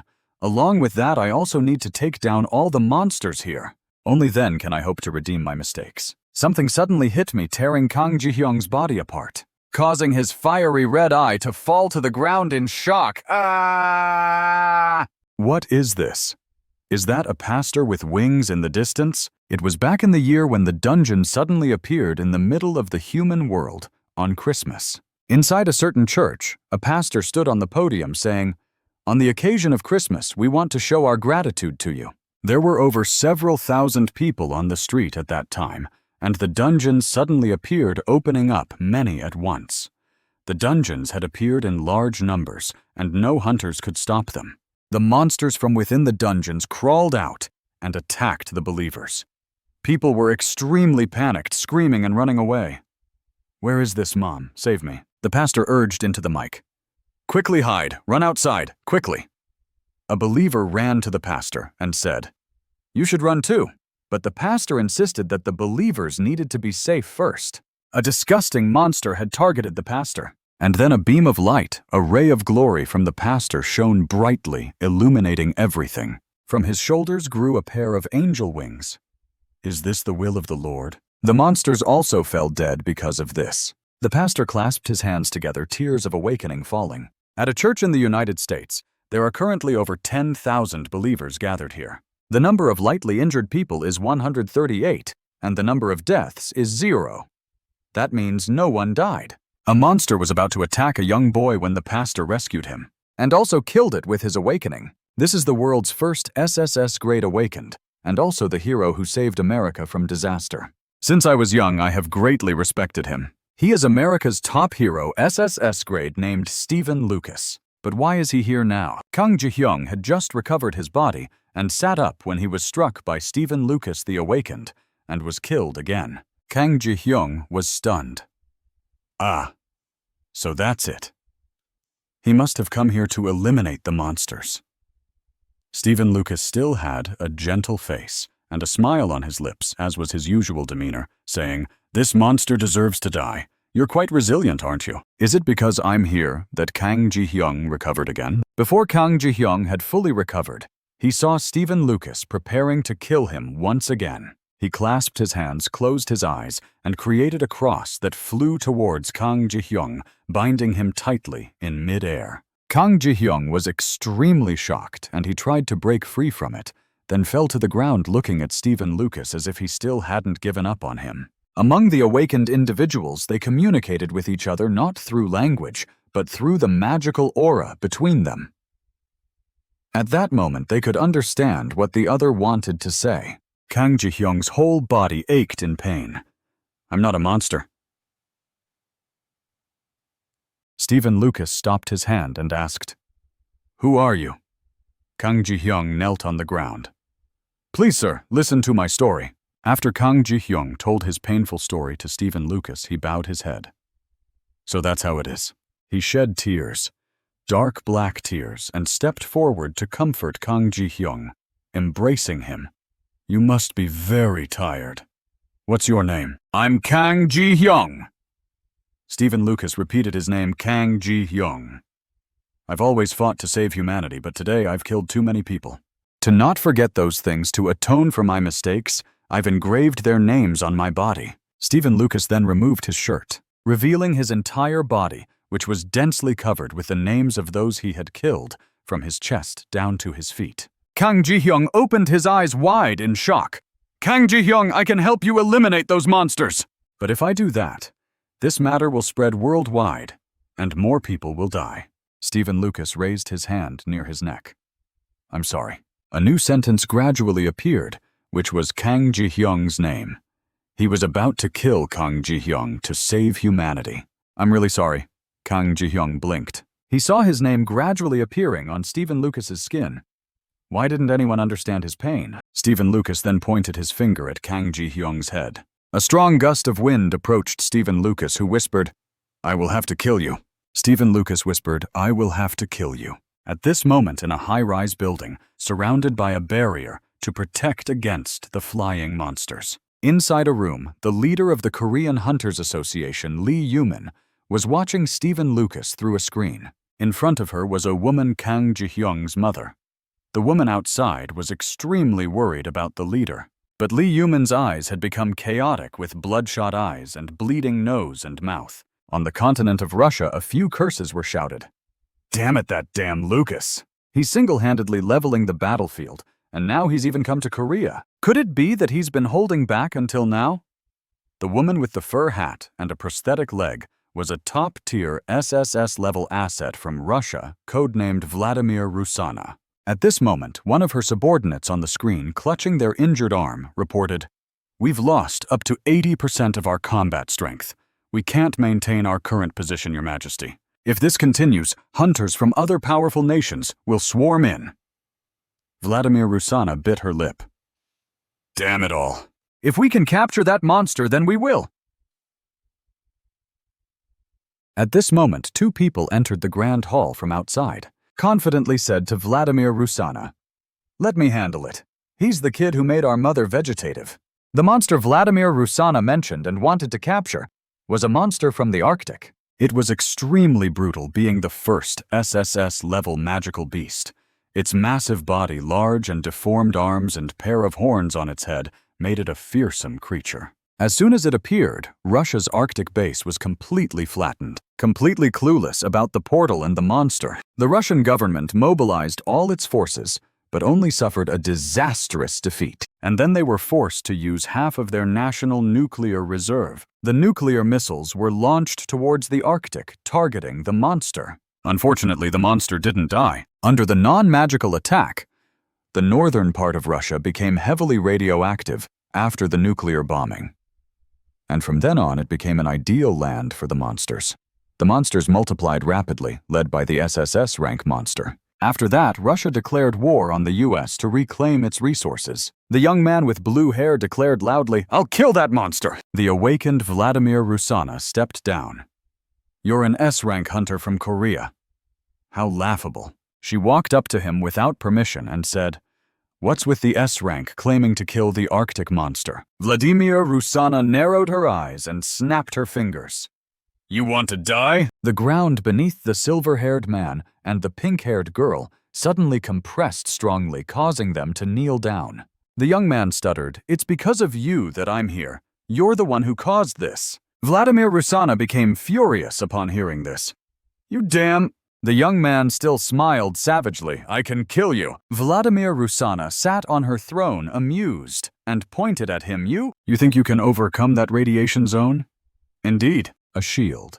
That's useless against high-concentration radiation." Vladimir Rusana was taken aback. What? She looked at the silver-haired young man who was constantly moving, creating a special shield that was more effective than a normal one. Knowing that this young man could accomplish something, she released the pressure on them and said, "It's okay, as long as you can kill the Arctic monster, I'll give you 30%. No half of its magic stones." The young man agreed immediately. "I'll kill it right now, waiting for your signal." Back to Kang Ji-hyung and the awakened Stephen Lucas, he whispered words of apology. "I'm really sorry I have to kill you." Kang Ji-hyung's body disintegrated into 100 pieces after receiving the attack. The flesh and skin flew in all directions. Among them, his eye remained wide open and bloodshot, as if all the grievances were written on it. A piece of Kang Ji-hyung's flesh fell to a corner far from Stephen Lucas. He gradually recovered his body again.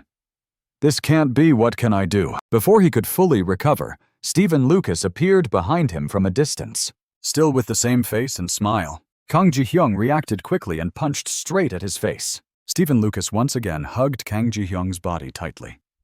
"I'm sorry." Kang Ji-hyung struggled to scratch at his body, but it seemed to have no effect. "Just hurt me if it makes you feel better." Kang Ji-hyung didn't feel happy at all. But his regenerative ability also had its limits. And every time Kang Ji-hyung regenerated, Stephen Lucas would appear there with the same destructive method, hugging him tightly. "I'll just kill you without causing any pain. This is really damn annoying because my ability is to develop bone armor. I can cover my skin with a hard shell, but it comes with excruciating pain. The pain tore apart all the nerve cells, the pain of dying and coming back to life. Every time Kang Ji-hyung regenerated his eye, it gradually darkened. Too much pain, damn it. Every moment of regeneration was an endless pain. Every moment was a twisted mess of flesh and blood.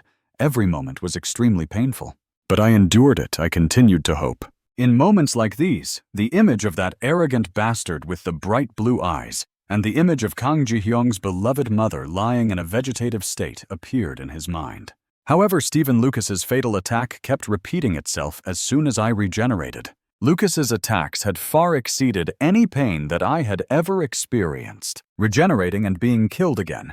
Regenerating and being caught and attacked again. Dozens, hundreds of times like a cycle. Dozens, hundreds of times like a...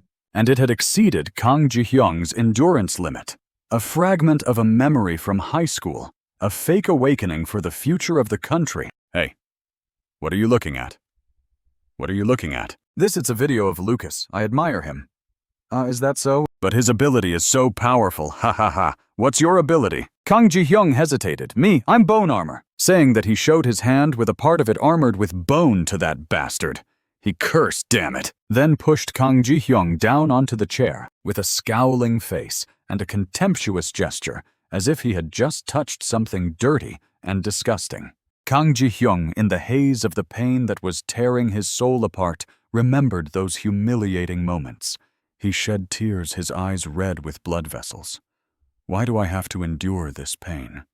What did I do wrong to deserve this pain and humiliation? Kang Ji-hyung's soul kept screaming in despair like that. A white space opened up, and a younger version of Kang Ji-hyung stood behind the Kang Ji-hyung who was kneeling on the ground. Lucas was right. If we live, others will die. But if we die, Mom will live, and that's enough. The other Kang Ji-hyung silently bowed his head, listening to that. Then he raised his face, his expression twisted in agony, and a distorted, sickening smile spread across his face. This rebirth was different from the previous ones. Kang Ji-hyung opened up numerous dungeons. Concentrating his strength there, he launched an attack on Stephen Lucas. A beam of light struck from above, exploding everything and resonating far away. Droplets of blood slowly dripped onto the ground. Stephen Lucas looked down at his body. Instead of the dark, gloopy blood this time, fresh blood gushed out from his nose and mouth. A flycam broadcasting the battle between Stephen Lucas and Kang Ji-hyung slowly flew closer. The image of Stephen Lucas, bleeding and defeated, appeared on the large screen outside where many people were watching. A young boy, seemingly a devoted follower like Stephen Lucas, clutched a cross in his hand and cried out, "Mother!" The building where the head of the Korean Hunters Association, Lee Yumin, was located had likely been destroyed, and it seemed like it wouldn't be able to withstand much longer. Lee Yumin's assistant rushed into the room while Lee Yumin was still trying her best to treat Kang Ji-hyung's mother. "If you keep straining yourself like this, it won't be okay, Chairman." Blood flowed out from Lee Yumin's eyes, nose and mouth. She puffed out her mouth, then collapsed to the ground, spitting out a pool of blood. The assistant panicked and said, "Chairman, are you okay?" Lee Yumin, gasping for breath, looked at Kang Ji-hyung's mother lying on the bed.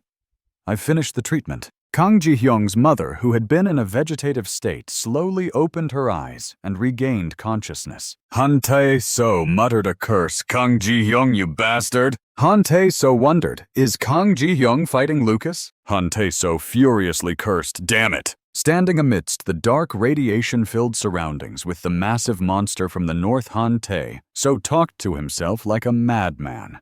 And indeed, he was truly mad. In this dark, bloody gate, only the shadow of Lucas and the energetic skeleton Kang Ji-hyung remained. Kang Ji-hyung was on the defensive, feeling helpless, yet unable to harm Lucas, the person he had always respected. Lucas involuntarily took a step back, feeling uneasy.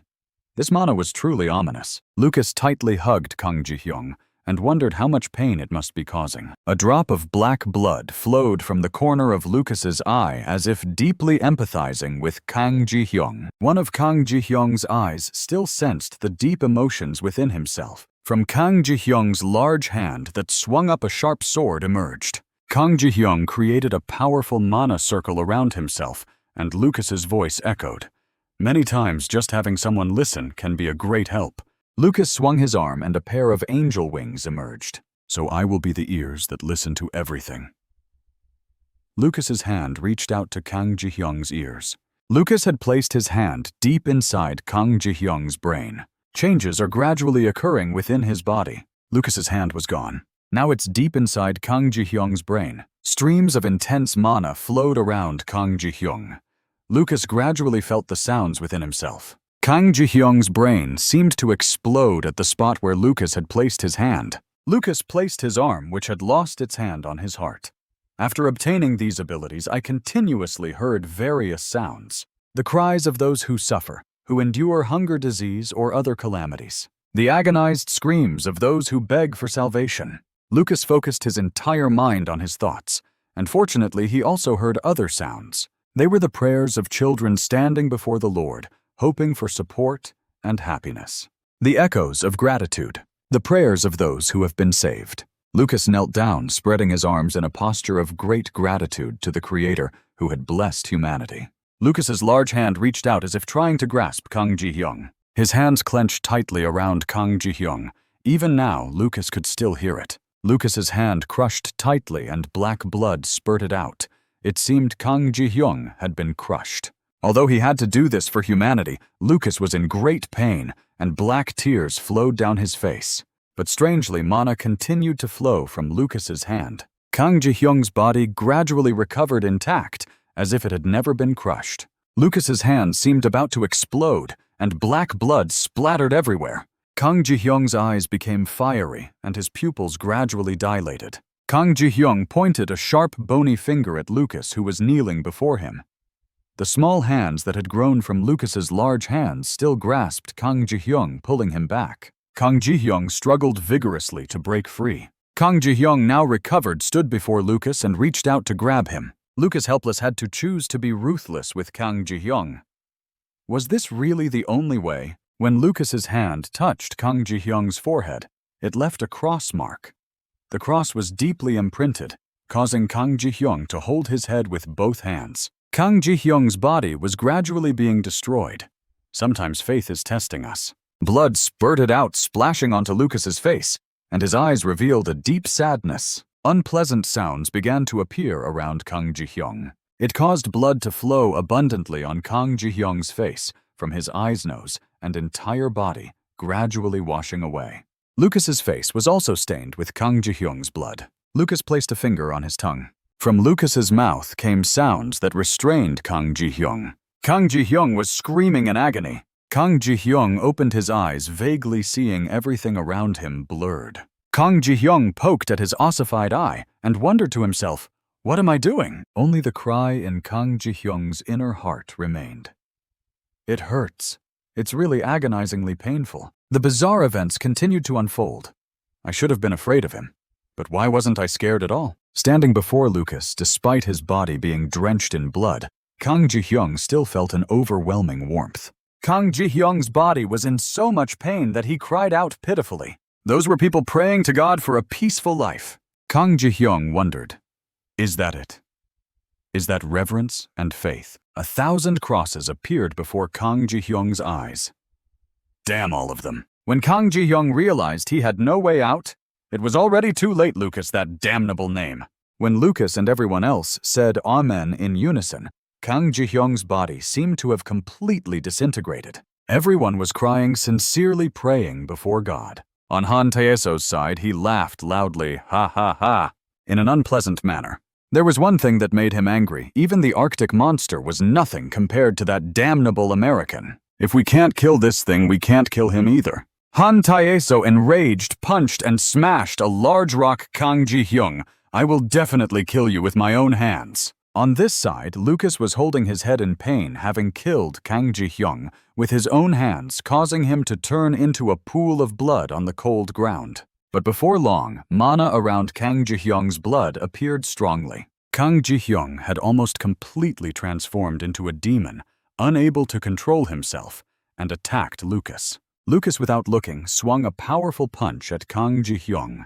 The enormous strength caused the high-rise building to explode in just a few seconds. Kang Ji-hyung's hand had completely dropped to the ground. Suddenly, a woman appeared before Kang Ji-hyung's corpse, which was pinned under the rubble of the collapsed building. It was Kang Ji-hyung's mother appearing with a gentle yet painful expression, softly calling out, "My son." The mother trembled as she took step by step closer to Kang Ji-hyung. Her heart filled with hesitation and fear upon seeing her son lying face up in a pool of blood. She was surprised and didn't dare believe her eyes. Her voice was choked as she softly called out, My son. Kang Ji-hyung was moved, and tears fell from one eye as he spoke weakly and choked out, "Mother." Kang Ji-hyung silently called out in his heart, "Mother." The panicked mother couldn't speak, just stood there with trembling hands. Memories from the past flooded back, and she remembered a time when she was bringing food into her child's room, and suddenly got startled, dropping the tray of food on the ground. The frightened mother asked, "Child Kang Ji-hyung?" Cried and trembled, his voice full of despair, "Mother." He clenched his mother's hand, hesitating, thinking he had finally woken up. The bones on his wrist protruded from the soft flesh. Kang Ji-hyung cried out in his heart, "Mother." He tightly hugged his mother, crying uncontrollably, "I will become a hunter." He bit his lower lip tightly, his eyes full of determination. "I will become a hunter." And Kang Ji-hyung continued to hug his mother, speaking in pain, "I will make you live a life of wealth." Hearing these words, the mother's sweat poured out, and her fear couldn't be hidden. At this moment, Kang Ji-hyung laughed loudly, raising his hand and calling out to his mother in despair, "Mother." The mother quickly turned around and ran away, ignoring Kang Ji-hyung's desperate cries. Mother!" he cried out in despair. "I'm your son, Kang Ji-hyung." Kang Ji-hyung grabbed his mother's wrist, his sharp fingers causing her to get scratched. The mother couldn't react in time and fell to the ground, hitting her face. Kang Ji-hyung silently asked in his heart, "Is it because of these things, Mother?" The mother soaked sat up and turned around to look at Kang Ji-hyung, hesitating. "Not these things." He scratched his own body. "It's not me." The mother in despair shouted at Kang Ji-hyung, "Get away!" Kang Ji-hyung, aggrieved, gritted his teeth, and tears streamed down his face as he continued to call out, "Mother, Mother, Mother." Lucas stood and watched, then spoke. "The story you told about your mother," Lucas wondered. "Was it all just a lie?" Kang Ji-hyung continued to call out. "Mother, Mother, Mother." Lucas, enraged, charged forward, holding the book and preparing to attack the vile creature. But immediately Kang Ji-hyung used his strength to behead Lucas. Lucas's head flew into the water below. Kang Ji-hyung continued to call out, "Mother, Mother, Mother." And at this moment, the parasitic soul inside Lucas's body emerged. Kang Ji-hyung was hugging his mother, his voice pitiful. "Mother." Suddenly, the parasitic soul entered Kang Ji-hyung's mouth. He fell silent. The parasitic soul succeeded in taking over Kang Ji-hyung's body, as Kang Ji-hyung's body suddenly displayed a strange expression. A girl's voice spoke out in joy. "I love this body." The parasite inside Kang Ji-hyung's body is a purple-haired girl with piercings. "I like strong men." The girl inside Kang Ji-hyung's body also thinks, "I hate weaklings." Behind her is a group of corpses of men hanging like the men she has killed, because they couldn't withstand her childishness. The purple-haired girl is lost in love, gazing at Lucas's image, whispering in her heart, "I love you, Lucas." She is intoxicated, her voice full of longing, echoing endlessly. "I love you, I love you, I love you, I love you." She sticks out her tongue to lick the photo with a longing expression, "I want to become one with you." Then she reminisces about the past, recalling the moment when she awakened her abilities and became a parasite inside Lucas's body. She merged with him with her ability to combine with others. A feeling of satisfaction and pleasure fills her heart. "I always get what I want, a man stronger than Lucas." She thinks to herself, "It's perfect." She continues to gaze at Kang Ji-hyung's past. The memories of this man. Kang Ji-hyung wakes up, but his mother is no longer by his side. He steps out of the room and sees his mother walking away. "Mom, where are you going?" He shouts loudly, "Mom!" The mother rushes out, and Kang Ji-hyung chases after her mom, but unfortunately he slips and falls to the ground. Kang Ji-hyung bleeds all over, screaming in pain, "Ah!" The mother freezes, biting her lip, then continues to run away, leaving him behind screaming. The rain gets heavier. Kang Ji-hyung walks slowly in the rain. Exhausted, Mom. He can no longer walk steadily and falls to the ground. In despair, he lies there. "Mom, don't abandon me." He blames himself, "I'm your son. Please come back and be with me. Why did you leave me?" He wonders to himself, is it because Dad died because of me? He looks at his blood-stained wrist. Or is it because my abilities are dirty? Or is it the feeling of self-blame and torment? Am I a monster? He sits up, his face full of hatred. Suddenly, he cuts the part of his wrist with the parasite. Ah! But it grows back, making Kang Ji-hyung angry. Ah! He falls into a state of despair, screaming in pain. Ah! Tears and mucus flow down his face. He bites his lip tightly. His hand clenches a bottle, as if he's about to do something. He cuts his wrist strongly. Suddenly, a voice called out, Kang Ji-hyung. The voice grew louder. Kang Ji-hyung! Kang Ji-hyung! The mother rushed to her son and called out Kang Ji-hyung in panic. He hesitated, mother. Kang Ji-hyung's eyes were empty, and he pitifully said, I've made a mistake, mother. But he looked down at his wrist where the divine energy continued to grow. It couldn't be removed. It just kept growing. What should I do, mother? The mother was horrified and couldn't hold back her tears. Kang Ji-hyung continued to scream in despair. What should I do? I'm sorry. The rain had stopped, and the mother tightly hugged her son, choking back tears.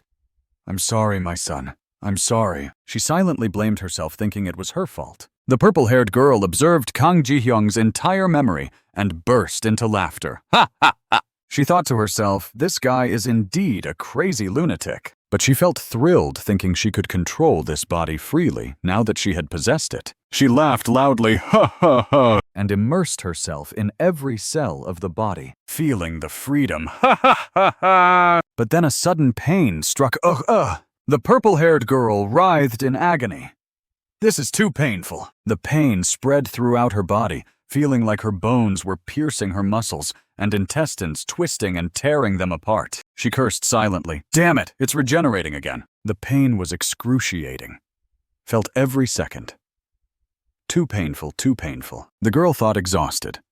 Does he endure this every second? The purple-haired girl, now inside Kang Ji-hyung's body, contemplated the agony. Kang Ji-hyung, with his remaining consciousness, struggled and shouted, Get out of my body! He fell backward. At this moment, the parasite inside Kang Ji-hyung's body seemed to want to escape. The purple-haired girl sat up from the puddle of water, panicked wait. But before she could finish, Kang Ji-hyung ended her life. Her body was cut in half, lying in a pool of blood.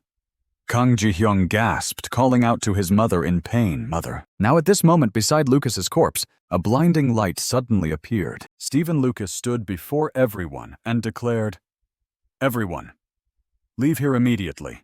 Use the door quickly. The followers must escape first.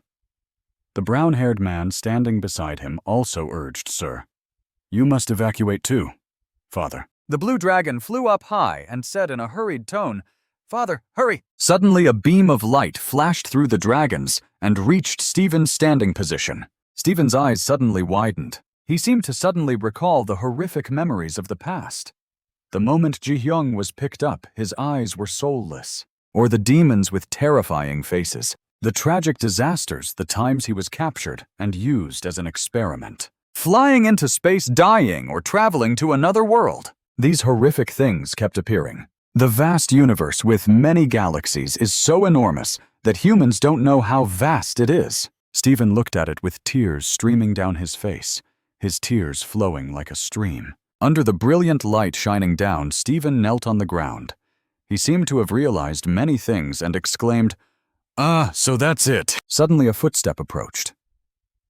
He looked at Stephen, who was kneeling on the ground, and thought to himself, Is this the will of the person, right? Something strange emerged from Stephen's mouth. His eyes turned white like a soulless corpse. Stephen, with his naked body, raised his head to look at the sky. His eyes seemed to be under a spell, with a heart symbol appearing. His body was covered with strange symbols. Stephen looked at the beam of light shining down, if this was really. He kept looking up with a strange posture, the will of the person. Among the soft hairs, Stephen stood still, looking at the beam of light shining from the sky. He seemed to be just a small grain of sand in the midst of those hairs. Stephen clasped his hands together, joyful to the point of tears, and said, I will gladly accept it. In another place, Stephen lay in a pool of blood, his head severed. He died with his eyes open, his face still expressing horror. Suddenly, a strange light appeared on his neck. The light seemed to be healing him. Stephen was resurrected. He began to sit up, and a pair of wings appeared behind him. Ji-hyung in a white armor looked at him with a mix of shock and a desire to annihilate. Stephen was resurrected. His whole body radiated an unusually warm light. The wounds on his body seemed to be completely healed, leaving no scars. Stephen closed his eyes. His face showed gratitude as if he was about to cry. God. He stood before Ji-young and said, "I will sincerely accept the challenges that you have given me." Ji-young looked at him, seemingly not understanding what was happening. What the heck is this? Stephen ran to hug Ji-young tightly. He hugged Ji-young into his chest, and Ji-young cursed. But the layers of rock on the armor began to fall off. Stephen wondered, why did you let a pitiful child like me go through such horrific trials? Ji-young looked utterly shocked. At this moment, his body was also naked. He replied in surprise. Suddenly, a red creature appeared from nowhere and flew up high. The red monster with the giant body emerged from under the ground, its large mouth open wide, as if it was about to swallow the two people whole. Suddenly, a beam of light flashed across, cutting the monster in half. The beam of light from the sky cut down, splitting the giant monster in two.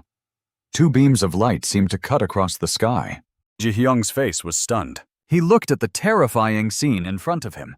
The entire city was in chaos, surrounded by giant monsters. The sky turned red, accompanied by strange columns of light from different spaces. Other monsters also appeared through the strange portal. Under the column of light, Ji-young was lifted up. His eyes were forced to open wide to look at the chaotic scene. Stephen gradually placed him down on the rooftop of a high-rise building. Then he flew up into the sky, returning to the dazzling light in the sky. Ji-young looked up at him, his eyes expressionless and emotionless. Suddenly, a golden light appeared, and Stephen's eyes became unusual. His wings spread wide open. Stephen in golden armor raised his large sword. He rode on a golden horse exuding majesty and strength. Other creatures below cheered. Beams of light gradually appeared in the sky. Many knights charged into the sky wearing golden armor and riding golden horses just like him. They fought together, advancing towards the monsters. The dark and gloomy sky gradually dissipated, leaving behind beams of light that shone down on the chaotic city, gradually being pushed back. The warriors in golden armor and riding golden horses bravely charged into battle, defeating the monsters that were emerging from the ground. Ji-young, naked, sat on the ground, his face bewildered looking at them. The beams of light appeared more and more. Many places on Earth were gradually being rescued, and the dark clouds were being dispelled. The light shone once again on the land where humans lived. People were overjoyed, some to the point of tears, while others felt deeply grateful. The orange-haired person's shield was gradually destroyed. His eyes opened wide, looking at everything. The blonde boy was crying, his hands clasped together in prayer with infinite gratitude. At the cathedral, Stephen and the boy stood in front of the door. The boy suddenly asked, "Father." The boy pulled on his sleeve, stopping him from going to pray that day. Stephen looked at the boy, not understanding what was happening, and replied, "Son?" The boy's eyes turned yellow, and tears flowed out. The boy pleaded desperately. "Please, Father." Stephen looked sorrowful, unable to decide on this matter. Without turning back to hug the boy, parents would eventually have to part with their children. "And when that moment comes, the child will have to stand on their own, won't they?" Stephen sobbed violently on the old man's shoulder. On the other side, Stephen suddenly appeared in the sky. He flew down and said, "Kang Ji-young, a fate that's too heavy is waiting for you." He looked at Kang Ji-young, who was kneeling on the ground. "You will have to go through more pain and suffering than you are now. It's truly terrifying." Truly. In the spatial voids, something mysterious is about to happen. The monsters appeared again, and they were even more ruthless. Stephen put his hands together in prayer. Tears flowed from his eyes as he smiled happily. He sincerely prayed to Kang Ji-young, "But please don't lose your faith until the very end." With that, Stephen disappeared with a happy smile. I had shed too many tears until now. At the hospital, a voice cried out, "Mother!" A patient was lying in bed with a gaunt face and a weak body. Stephen and the blonde boy were beside him. Their heads bowed down to the bed as they sobbed. "Mother." Stephen placed his hand on the woman's body, and she grasped his hand tightly. The mother with a tired face forced a smile. It was then that Stephen remembered that moment. Tears flowed from his eyes due to the regrets, just like the moment I was facing now. The blond boy's eyes were also filled with tears. Don't! The dark clouds in the sky gradually dispersed, and the sky brightened up. The boy looked up at the sky with hope.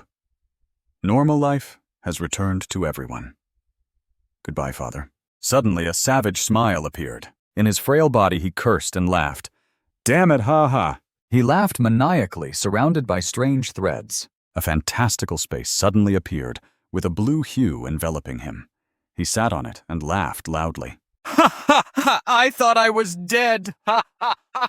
Tae-so sat still within the protective membrane, frantically using his psychic powers, and the sharp thorns made of diamond launched straight down at the speed of light, piercing the monster's body from multiple directions. The monster's blue body was riddled with holes and fresh blood. Tae-so laughed maniacally. Ha ha ha ha ha! Just as he was laughing, he suddenly stopped. Tae-so seemed to be thinking about something that made him fall into deep thought. Tae-so thought back to when he was still young, standing next to his father. At that time, Tae-so looked up at his father and asked innocently, "Is it necessary to do this?" His father heard him. As soon as Tae-so spoke, his father bent down, looking at Tae-so with a strange gaze that he shouldn't have used on his own son. Tae-so's father crouched down, put his hand on Tae-so's head and stroked it, saying, "Tae-so, the stronger the guild becomes, the stronger you must be." Tae-so's father continued, "All of this is for your sake." Tae-so still hesitated and turned back to ask, but his father shouted loudly, "Do it!" Tae-so's father saw him stiffen, then used a chain to lock around Tae-so's neck. He was taken aback by his father's action and looked up in confusion. Tae-so's father showed a ferocious expression, grasping the chain and glaring at him with a threatening gaze, saying loudly, "Just do as you're told, you wretch!" Under his father's threat, Tae-so struggled but couldn't escape. He cried out in despair, No, I don't want to." It turned out that Tae-so had an unhappy childhood, and it was his father's character and actions that made him become the cruel person he was today. Under the control of his ferocious father, Tae-so raised his hand to summon diamond shards, directing them forward with dissatisfaction, saying, "Don't please." His father prepared many innocent people pinned to the wall for Tae-so to practice on. Tae-so was forced to use his psychic powers to practice. He created sharp thorns and directed them at the people pinned to the wall, saying, "Don't die." Back to reality, Tae. So still sitting within the membrane, fell into deep thought, recalling his past, and muttered in helplessness, "Damn it." The planet in the galaxy's asteroid belt shone brightly with a night sky full of colorful stars. Someone spoke up saying Lucas has arrived. On the other side, Rusana was monitoring Tae-so's battle on the screen, and the result was that he had defeated the blue monster. Rusana heard this and said, "But he managed to defeat it." Tae-so entered the castle with an overwhelming aura, and she continued, "Impressive indeed." Rusana sat on a chair, speaking to Tae-so with a serious tone. "As promised, half of the magic stone from the North Pole monster." But just as Rusana spoke, Tae-so interrupted, "I've already eaten it all." Rusana heard Tae-so's response and reacted angrily, emphasizing, "What?" Tae-so stood on the red carpet, stroking his hair, saying, "I've absorbed the entire magic stone." Rusana exclaimed in shock, "Impossible." She continued, "Your body can't withstand it." Before she finished speaking, Tae-so charged towards her hand, raised ready to kill. Rusana didn't flinch, remaining seated, showing a displeased expression. She raised her hand slightly and then lowered it, asking, "Why?" Tae-so was pressed down to the floor by the air pressure generated by Rusana, the floor cracking into pieces. Rusana continued, "Why did you do that?" Tae-so, lying on the ground, replied, "There's someone I really want to kill, so..." As Tae-so spoke, a duplicate of himself appeared from behind the chair Rusana was sitting on. He seemed to have passed through the chair, and he reached out towards her, saying, "Can you die?" Rusana clenched her fist in anger at Tae-so's insolent action. The air in the room became increasingly oppressive. Rusana struck down the Tae-so duplicate behind her. The real battle was about to begin, and the duplicate's blood splattered everywhere after being hit by her. She continued, "With that magic stone, all Russian hunters can become 10 times stronger." Rusana kicked the chair forcefully, showing her frustration and anger, saying, "And you ate it all for that reason." Taeso struggled to stand up and crawl towards her, and she looked down, saying, Rusana removed her hat, revealing a face with ugly scars. She placed her hand on her chest and said, "Don't you think about Russia?" Yet Taeso didn't seem to notice her words, and continued to create copies of himself surrounding the room and her. The numerous Taeso clones had various colors and were standing in different poses, charging towards her as she sat. Meanwhile, Rusana simply used her thoughts to instantly destroy the clones into hundreds of pieces, with blood splattering everywhere in the room. Taeso, still lying on the ground, looked up at her. The orange-haired girl sat crouched on the ground, frightened, covering her face with her hand, and trembling at the astonishing strength of the two individuals. Taeso raised his hand towards the orange-haired girl, and a beam of light connected the two. Rusana spoke, "All right." In an instant, Taeso used his newly acquired ability to teleport the orange-haired girl to his location and himself to her original spot. At the same time, Rusana acted, speaking coldly, "Die," and pressed her hand down, unleashing a choking aura towards him. However, Taeso's location was now occupied by her close female associate, and her attack couldn't be stopped. The orange-haired girl looked up, bewildered. Yet Taeso's clones created a protective barrier to withstand the large rock falling from the sky. Taeso laughed loudly, creating even more clones. His face gradually distorted. Numerous Taeso clones were created, laughing maniacally, all having a fearsome killer appearance. She didn't stop there, continuing to attack. A green Taeso clone jumped high. A distorted clone transformed into a new Taeso clone, each having different strengths. Taeso recalled his past when he had to flee, leaving many people behind. Another Taeso clone appeared, surrounded by a red aura. Many clones crowded together, jumping up, recalling the time he fought against the green monster with a small protective barrier. The time he used his ability to pierce many people with diamonds. The time he fought, the time he battled against the devil, the time he wielded a staff, and the time he used his ability to kill. All the clones represented him at different moments, fighting against monstrous creatures. Now these clones reappeared, and their opponent was Rusana, sitting below. She sat still, looking straight into Taeso's eyes, showing a contemptuous attitude. She lightly snapped her finger against the ring on her finger.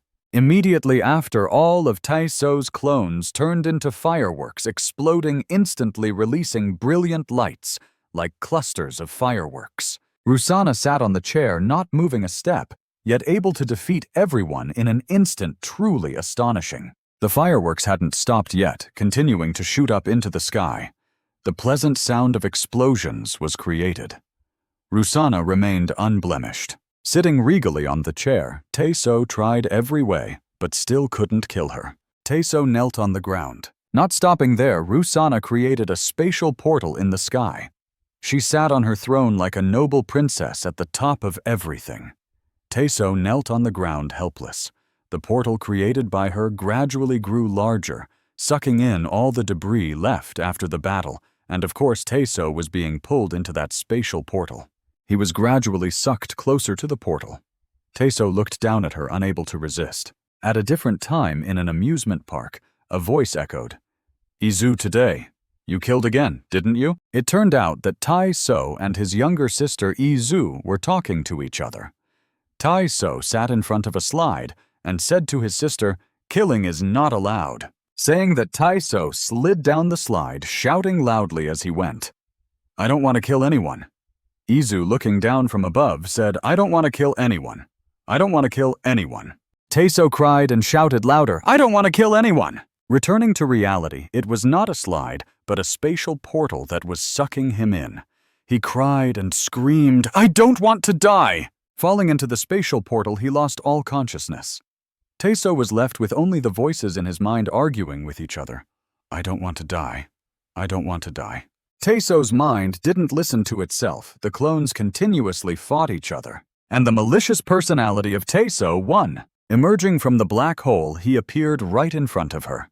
Taeso used his ability to create a sharp diamond knife, then raised his hand high and smiled sinisterly, saying, "Die." At a different location, Stephen Lucas let Kang Ji-hyung down onto a building and flew up, saying, "Kang Ji-hyung, your destiny is too heavy to bear." Kang Ji-hyung returned to his normal state, sat down on the building, and looked up. Stephen Lucas flew higher, looked down at him, and continued, "You will have to endure pain and suffering." Stephen Lucas stared directly at him and emphasized, "It will be even greater than this," in a terrifying and cruel tone. As Stephen Lucas began to fade away, tears still fell from the corners of his eyes. He raised his hands, grasped his sword, and prayed. "Just hold on to your faith." After a moment, Stephen Lucas completely disappeared into the air, and Kang Ji-hyung looked up. Kang Ji-hyung looked down in disappointment and began to think. As he thought for a while, tears gradually fell from his eyes. Kang Ji-hyung spoke in a choked voice. "Lucas!" He cried out in despair.